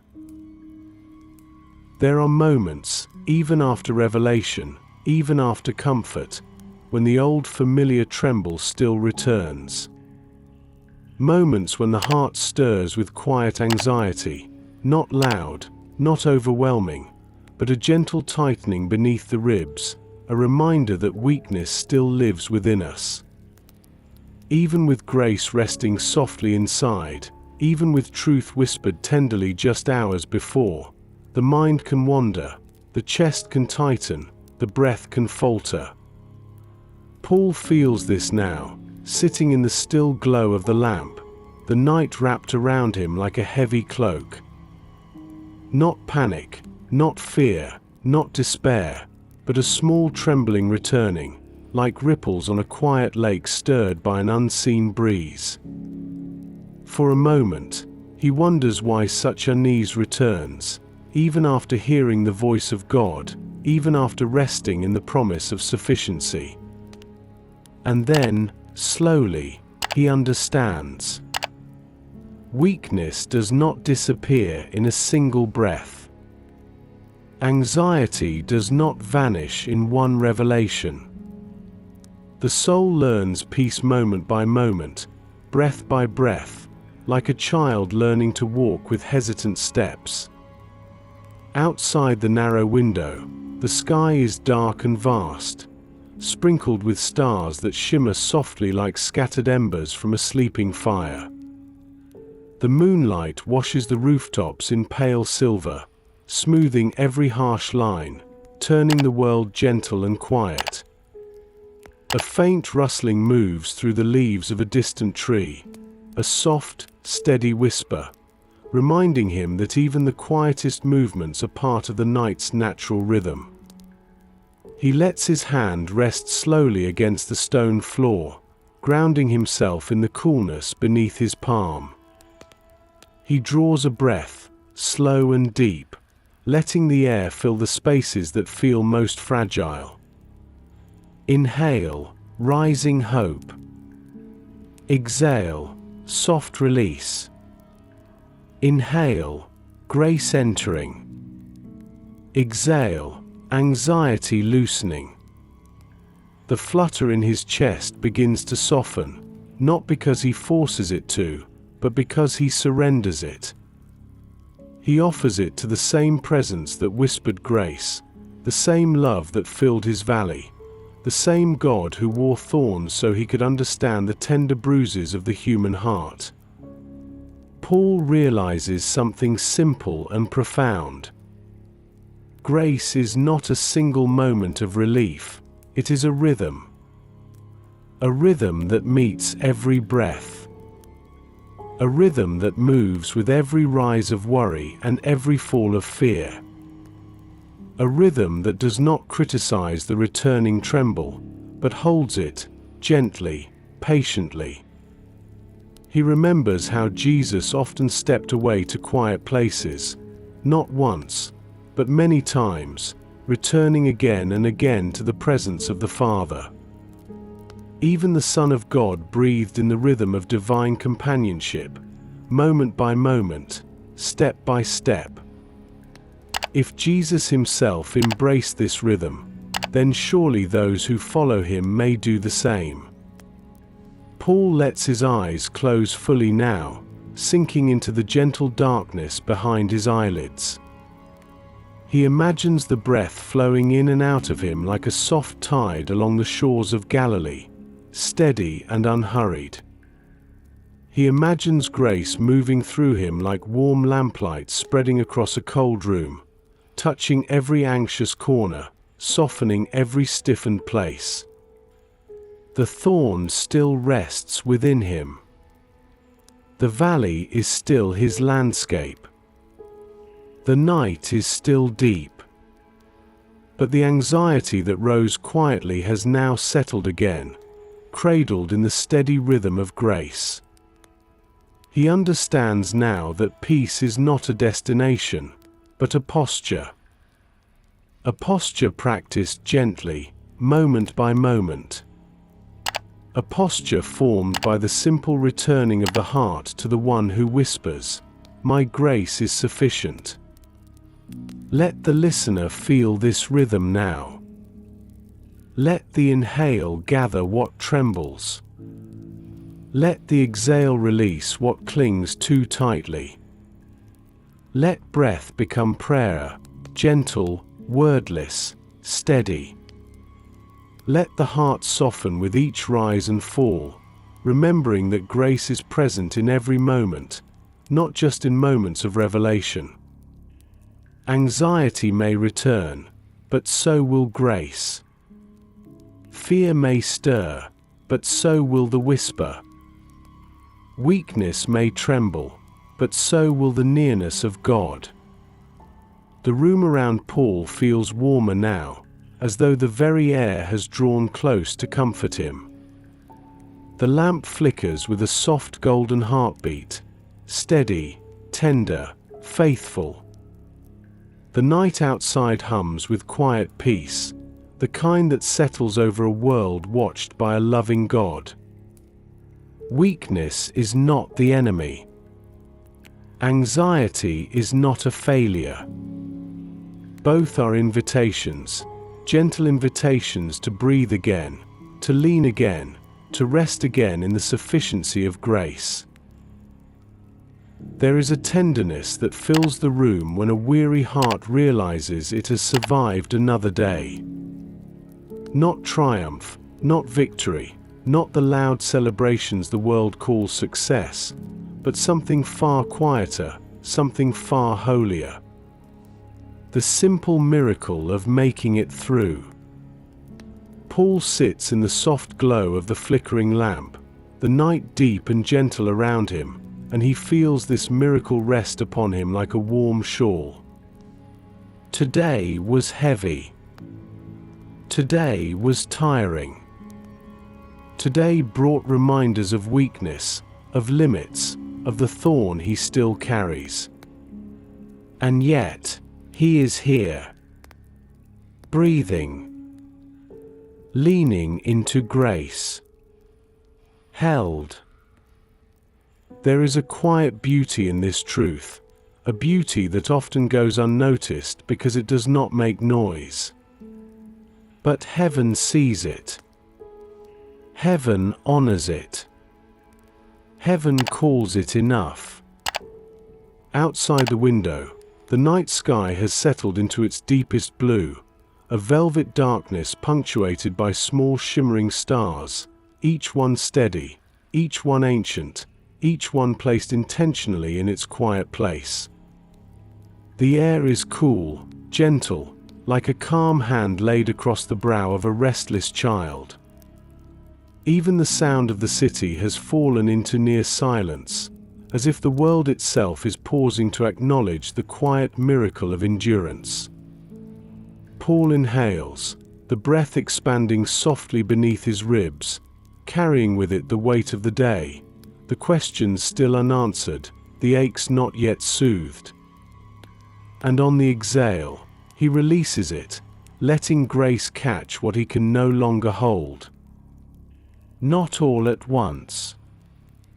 Not perfectly. But enough. He remembers moments from the day that felt impossible. Moments when his body trembled with exhaustion. Moments when discouragement pressed like a stone against his chest. Moments when he wondered how he would take the next step, speak the next word, carry the next responsibility. And yet, each moment passed. Not because he was strong enough, but because grace was. Not because he pushed hard enough, but because he was carried. Not because the thorn vanished, but because the presence beside him did not. He thinks of the people he has walked beside, believers who rose from their beds even when sadness clung to their bones, mothers who kept tending to their families even when their hearts felt bruised, fathers who kept working even with fear tucked quietly into their pockets, young disciples who kept praying even when their faith felt thin. And he realizes, they too experienced this quiet miracle. The miracle of making it through today. He feels something inside him soften, something that has been tight for far too long. A quiet sigh escapes him, not of exhaustion, but of recognition. God is not only present in the grand victories, or the powerful sermons, or the bold acts of faith. God is here, in this very room, honoring the simple act of endurance. Outside, a soft ripple of wind brushes against the building, its touch barely audible, like a whispered affirmation. Inside, the lamp flame shimmers gently, casting warm arcs of gold against the stone wall, making the room feel smaller, safer, nearer. Paul lets his head bow slightly, not in defeat, but in reverence. The thorn remained today. The questions remained. The challenges remained. But so did grace. Grace that met him on the road. Grace that whispered to him in the quiet. Grace that steadied him when weariness pressed hard. Grace that walked with him through every hour. He realizes now that each day he survives with weakness is a testimony, not to his own resilience, but to the sufficiency of God. A soft miracle, repeated in every breath. A miracle of being carried. Let the listener feel the weight of this truth soften their own chest. They too have made it through a day. Perhaps a heavy day. Perhaps a lonely day. Perhaps a day filled with silent battles and unseen burdens. But they are here, breathing, listening, resting. And that is a miracle. A quiet, gentle, holy miracle. Let breath rise slowly, like a tide returning to shore after a long journey. Let breath fall gently, like petals drifting to the ground in a calm breeze. Let every inhale honor the strength it took to reach this moment. Let every exhale release the pressure to have been anything other than human. The night deepens further, the silence grows warmer, and Paul feels himself sinking softly into a peace he could not have reached on his own. Not because the thorn disappeared, not because the path cleared, but because grace has woven itself into the fabric of his very breath. Today has passed. Tomorrow will come. And between the two, there is rest, gentle and sacred, offered freely to every weary heart. There are nights when the soul feels suspended between what has been lived and what has not yet unfolded, a quiet middle place where questions linger, but fear loosens, where uncertainty remains, but the heart begins to soften into trust. Paul sits in that tender in-between now, the lamp still burning low, the night resting heavily over the city, the air cool and steady around him. Nothing in his circumstances has changed, yet everything within him has begun to shift. Trust does not arrive in a single moment. It grows slowly, gently, like dawn light creeping across a silent hillside. It is not loud, not dramatic, not sudden. It is the quiet willingness of the heart to lean forward, even when it cannot see the entire road. Paul exhales, the breath moving soft and warm through the night's stillness. His body is tired, his thorn still present, his future still uncertain, but his spirit feels calmer, more open, more willing to rest in what he cannot control. This is the beginning of trust. Outside the small window, clouds drift slowly across the moon, their edges glowing faintly like silver threads stitched into the fabric of the sky. The world feels hushed, as though creation itself has entered a posture of listening, waiting, honoring the quiet transformation happening inside the room.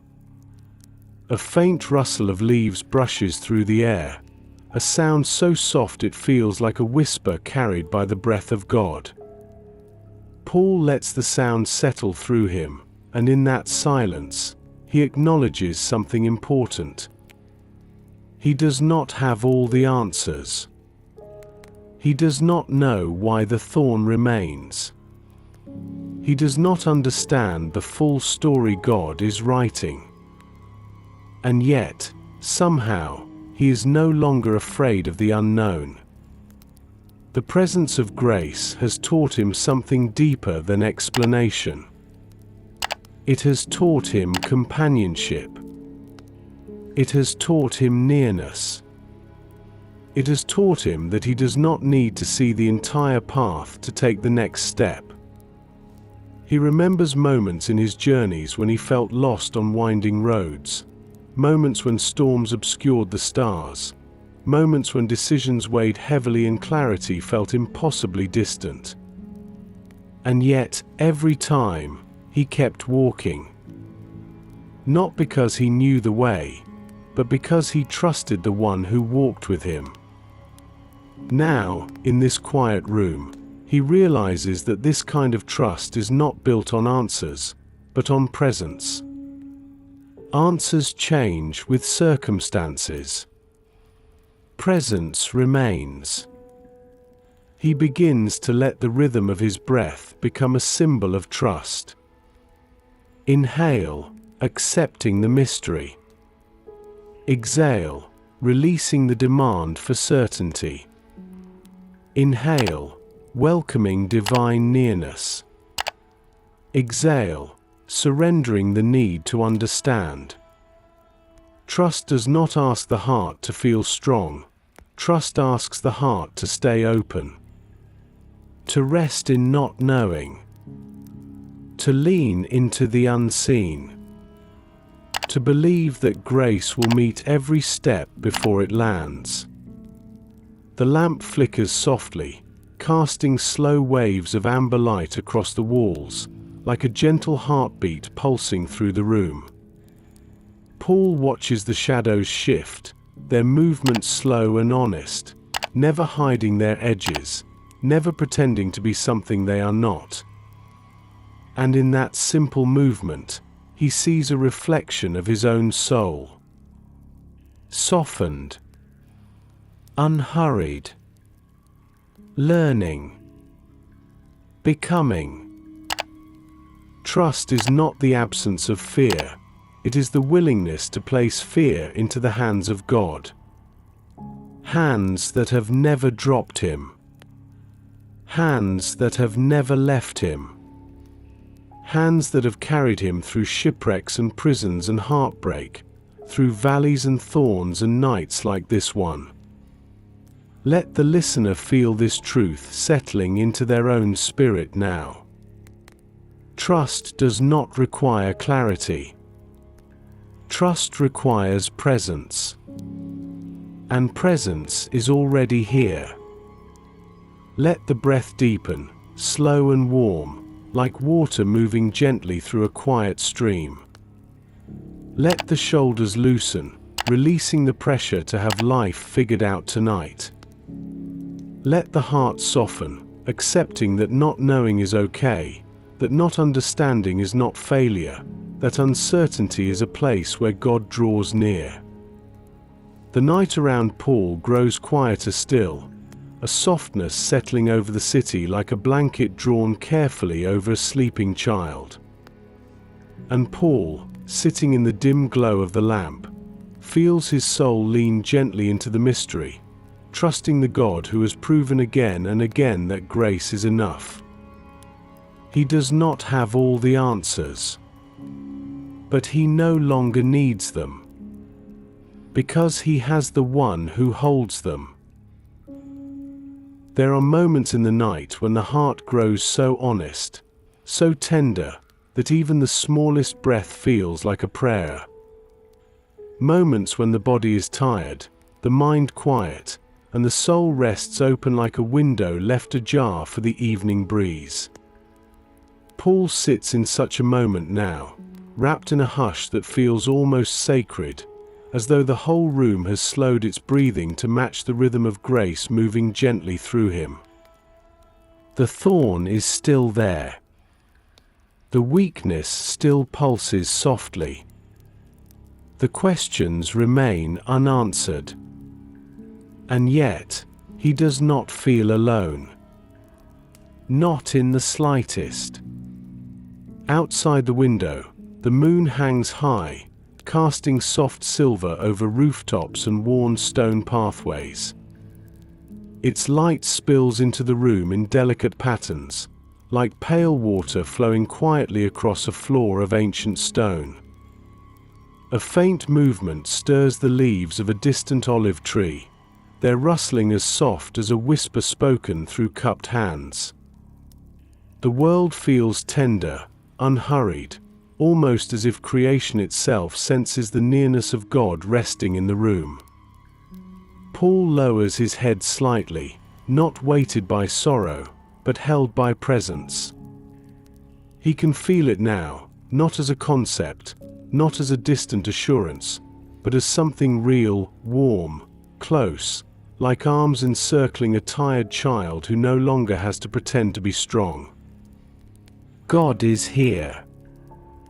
God is near. God is sitting in the quiet with him, not rushing him through pain, not urging him to toughen his resolve, but simply being with him. Embracing him. This is not the embrace of spectacle, not bright or thunderous, not the kind of divine encounter meant to shake the earth. It is a gentle embrace. A presence that sits softly beside his weariness, unafraid of the cracks in his heart, unashamed of his weakness, unmoved by the imperfections he once tried to hide. Paul breathes slowly, and as he does, something inside him shifts. A loneliness he had not fully acknowledged begins to melt. A heaviness he carried for years begins to ease. A fear tucked quietly beneath his ribs loosens its hold. For so long, he believed he was required to be strong. Strong for the churches. Strong for the disciples. Strong in suffering. Strong in weakness. Strong even in the presence of his thorn. But grace, in its quiet wisdom, has revealed another truth. God does not embrace the strong instead of the weak. God embraces the weak especially. Not because weakness makes someone more worthy, but because weakness makes the heart more open. Open to comfort. Open to presence. Open to the gentle nearness of the one who loves without measure. Paul lifts his face slightly, eyes closed, and imagines the warmth of divine nearness around him. Not a figure he can touch, not a voice he can see, but a presence that wraps around his tired spirit like a blanket woven from compassion itself. He does not need to pretend strength here. He does not need to perform holiness. He does not need to present a polished version of himself to be loved. He is loved right here.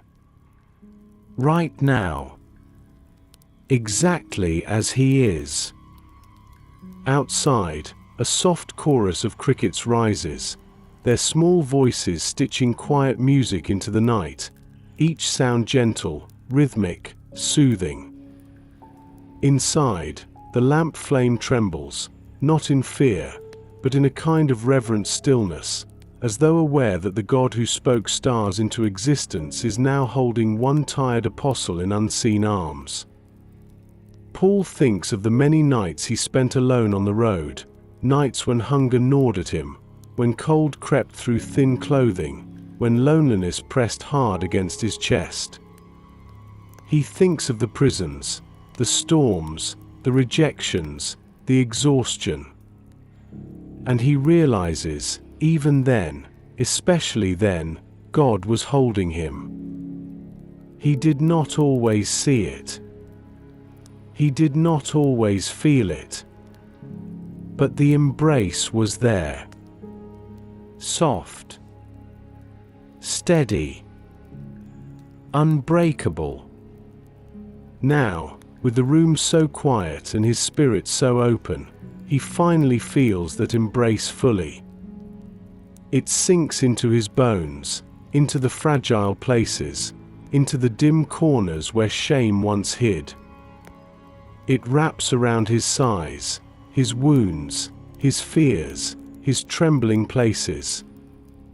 It holds him gently, as though he were something precious, cherished, irreplaceable. Let the listener feel this same embrace slowly gather around their own heart. Not an imagined touch, but a spiritual nearness, warm and quiet, settling into the spaces where their own tiredness lives. Let the breath deepen, like a tired traveler finally leaning against the chest of one who has carried them far longer than they realized. Let the heart soften, letting go of the idea that it must always be strong, always composed, always steady. You are allowed to be tired. You are allowed to be fragile. You are allowed to rest in the arms of a God who delights in holding you. The night stretches gently onward, darkness no longer feeling heavy, but tender, like a soft cloak drawn over the weary world. And Paul, wrapped in the embrace he once resisted, feels a peace rising within him that has nothing to do with circumstances, and everything to do with companionship. Weakness does not repel God. Weakness draws him near. And in this quiet moment, Paul begins to understand that being held is not a temporary gift, but a constant truth. There are moments near the deepest part of night when the world feels hushed, when even the shadows seem to rest, when the heart, softened by tears and tenderness, becomes ready for a different kind of peace. Not the peace of answers. Not the peace of sudden strength, but the peace of being covered. Paul sits quietly in that sacred hush now, the lamp beside him burning low, the flame small and steady like a heartbeat in the darkness. The room feels warmer, softer, as though the very air has grown gentle in response to the nearness of God. Outside the window, the moon hangs high in a velvet sky, washing the rooftops and narrow streets in pale silver light. The kind of light that smooths every rough edge and turns every ordinary shape into something holy. And within this tenderness, Paul begins to sense something new. A covering. A presence not only near him, not only beside him, but over him, around him, enfolding him the way a soft blanket embraces a weary body at the end of a long day. Grace. Not thin or fragile. Not distant or theoretical.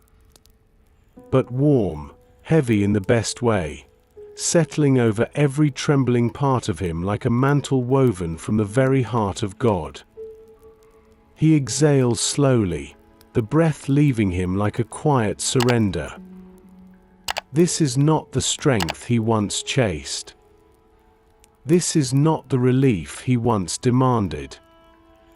It is something far gentler, far deeper. A sufficiency that does not remove the thorn, but wraps around it. A covering that does not deny weakness, but shelters it. He lowers his shoulders, feeling the tension melt from muscles long held tight. He allows his spine to settle, his hands to rest loosely in his lap, his posture softening like clay warmed by gentle hands.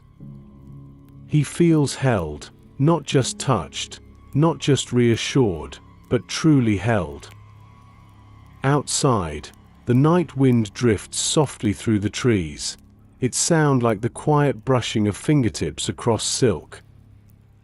Inside, the flame of the lamp shimmers in slow waves, casting a halo of gold across Paul's face, illuminating the new calm that has taken root within him.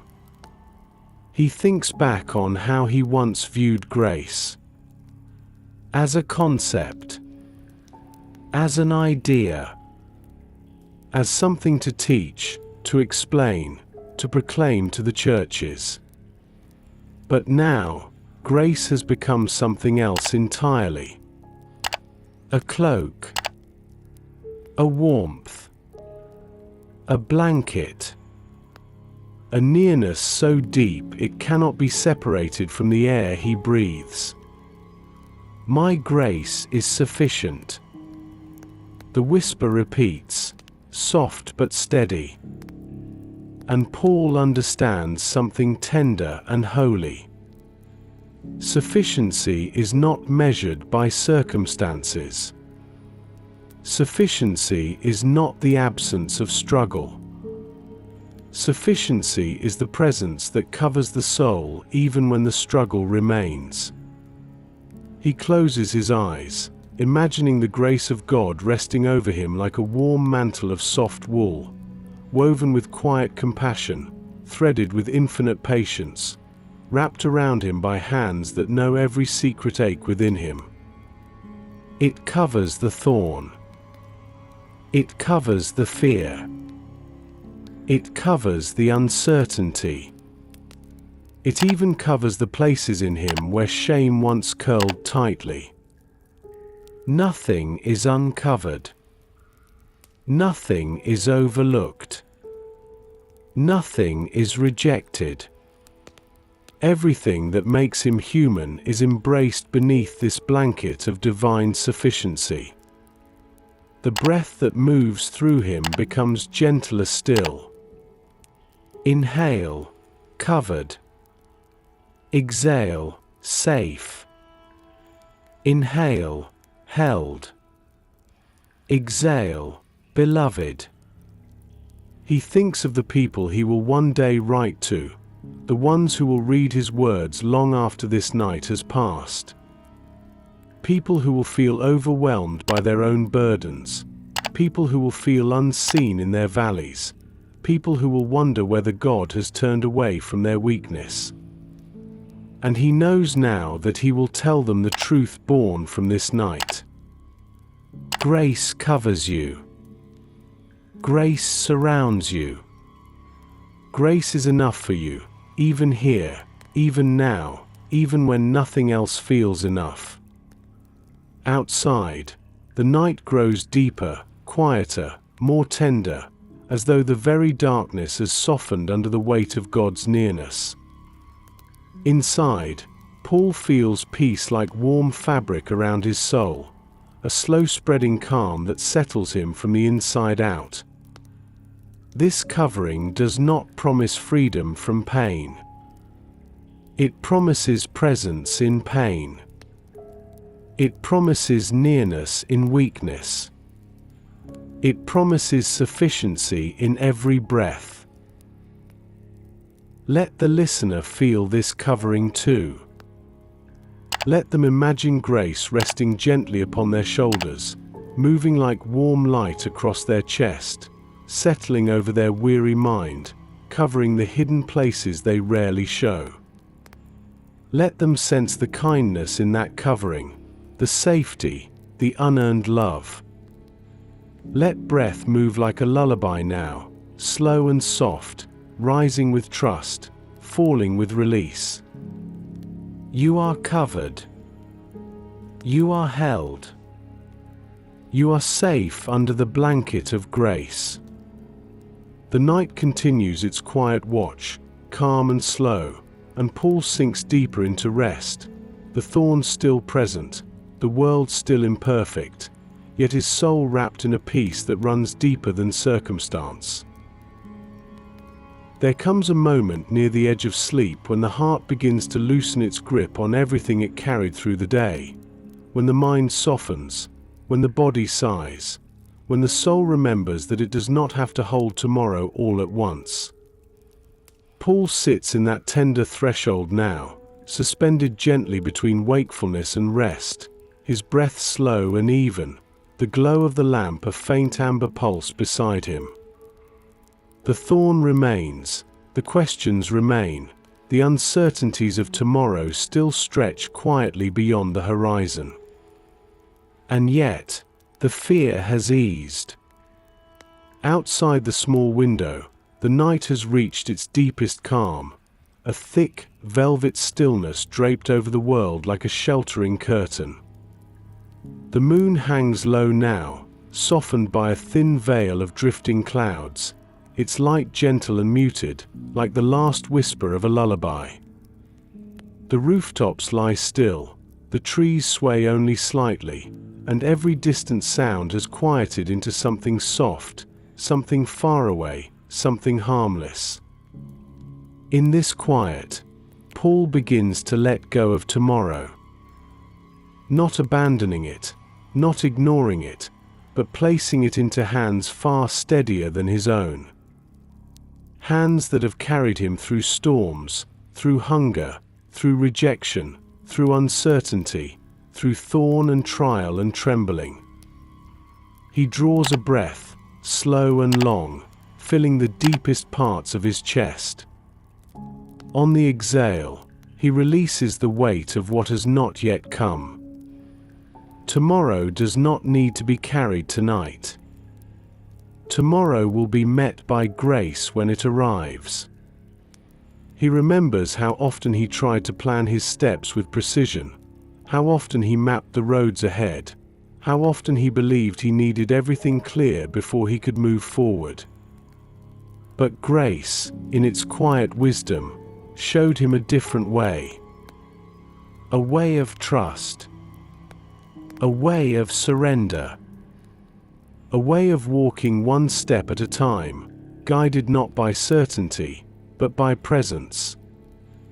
He thinks of the many journeys he traveled by night, the torchlight flickering against the dirt paths, the stars guiding him more faithfully than any map.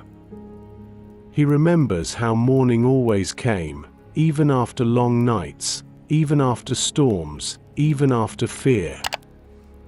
Always, morning came. And with it, new mercies. Now, in this small room, with shadows resting gently along the walls, he feels the same truth settle inside him. He does not need to know how tomorrow will unfold. He does not need to solve it tonight. He does not need to muster strength he does not yet have. Tomorrow is held. Tomorrow is seen.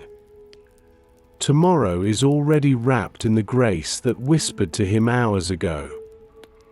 He allows his body to soften further, his spine easing into its natural curve, his hands unclenching, his breath spreading warmth through his tired frame.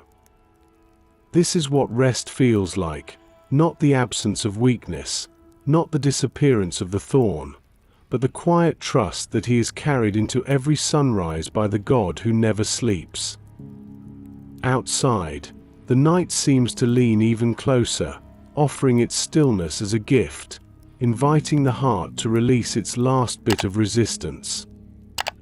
Inside, the lamp flickers lower, its flame shrinking slightly, like an eyelid drifting downward in peaceful surrender. The room feels safe, small, cocoon-like, a sanctuary carved out of tired hours. Paul closes his eyes, letting the cool air brush softly over his skin. He imagines tomorrow as a river he does not need to cross tonight, a river that will be met with new strength, new breath, new grace when dawn arrives. He imagines the hands of God reaching across the unseen hours, holding the path ahead, clearing what needs clearing, softening what needs softening, strengthening what needs strength. And he rests in the truth that he will not enter tomorrow alone. He never has. He never will. Let the listener feel this same settling now. Let the breath deepen, slow and warm, like the tide easing back into a quiet shore. Let the weight of tomorrow slip gently from the shoulders, falling into the hands that have always held it. Let the heart remember that tonight is for rest, not for planning, not for worrying, not for solving what has not yet come. Tomorrow belongs to grace. Tonight belongs to peace. The night outside grows softer still, its darkness tender, its silence holy, and Paul, wrapped in sufficiency, held by presence, carried by a love that does not falter, begins to drift toward the stillness waiting at the edge of sleep.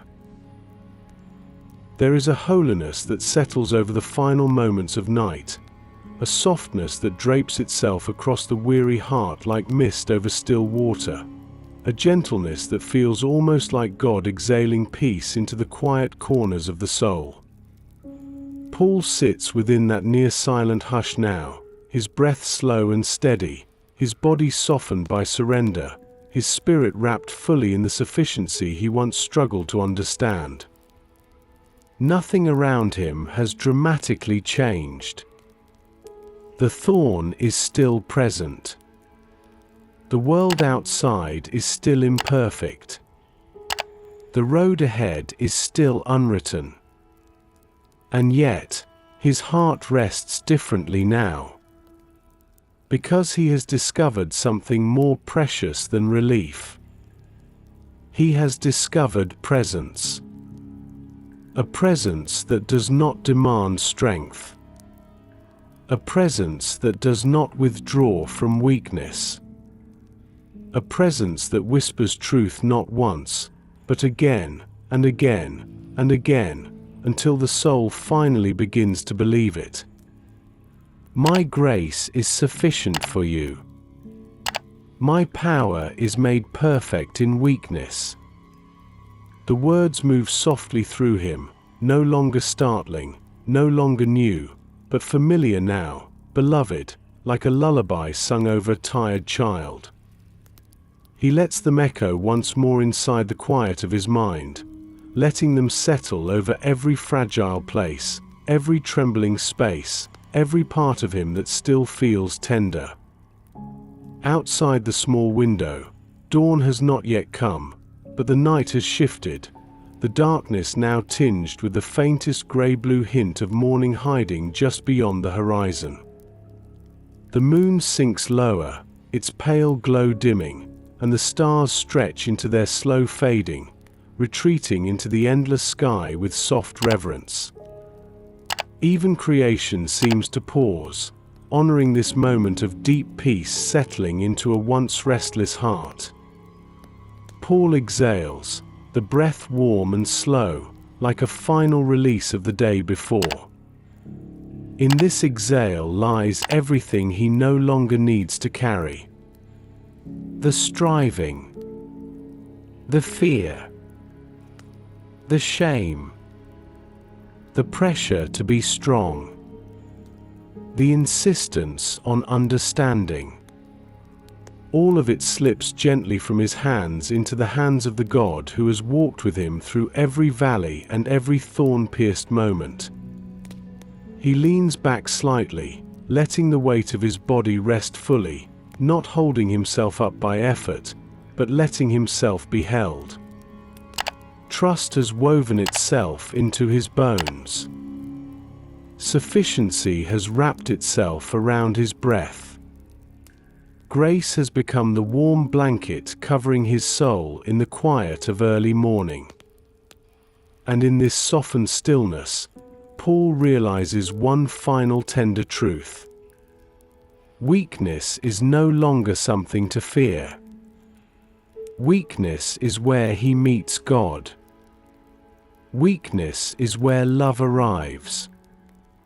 Weakness is where power rests gently, without force, without expectation, without weight. He whispers nothing, prays nothing, asks nothing. He simply is. And God is with him. The room feels smaller now, warmer, almost like a cocoon woven of shadow and lamplight, a sanctuary suspended between night and dawn.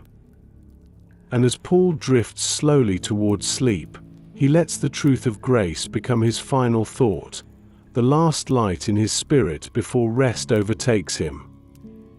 Grace is enough for the thorn. Grace is enough for the valley. Grace is enough for the anxiety. Grace is enough for the unanswered questions. Grace is enough for every breath he will take tomorrow. Grace is enough for him. And grace is enough for every heart that will hear the story born from this night.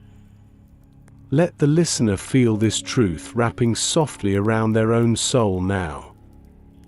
Let the breath become slow and warm, gently carrying them toward rest. Let every thought loosen, every tension melt, every fear quiet. Grace is here. Grace is sufficient. Grace is covering them like a soft blanket in the night. The lamp flickers once, then steadies, and the room grows quieter still, as though the world itself is tucking in for sleep. Paul's breathing softens, lengthens, settles into peaceful rhythm. His heart rests, his body rests, his spirit rests. My grace is sufficient for you. And with that whisper lingering over the room like morning dew over a silent field, the story gently closes itself, folding into quiet, ready to cradle the listener into sleep. Thank you for resting in this sacred story. May peace settle over you now. May grace hold you gently through the night.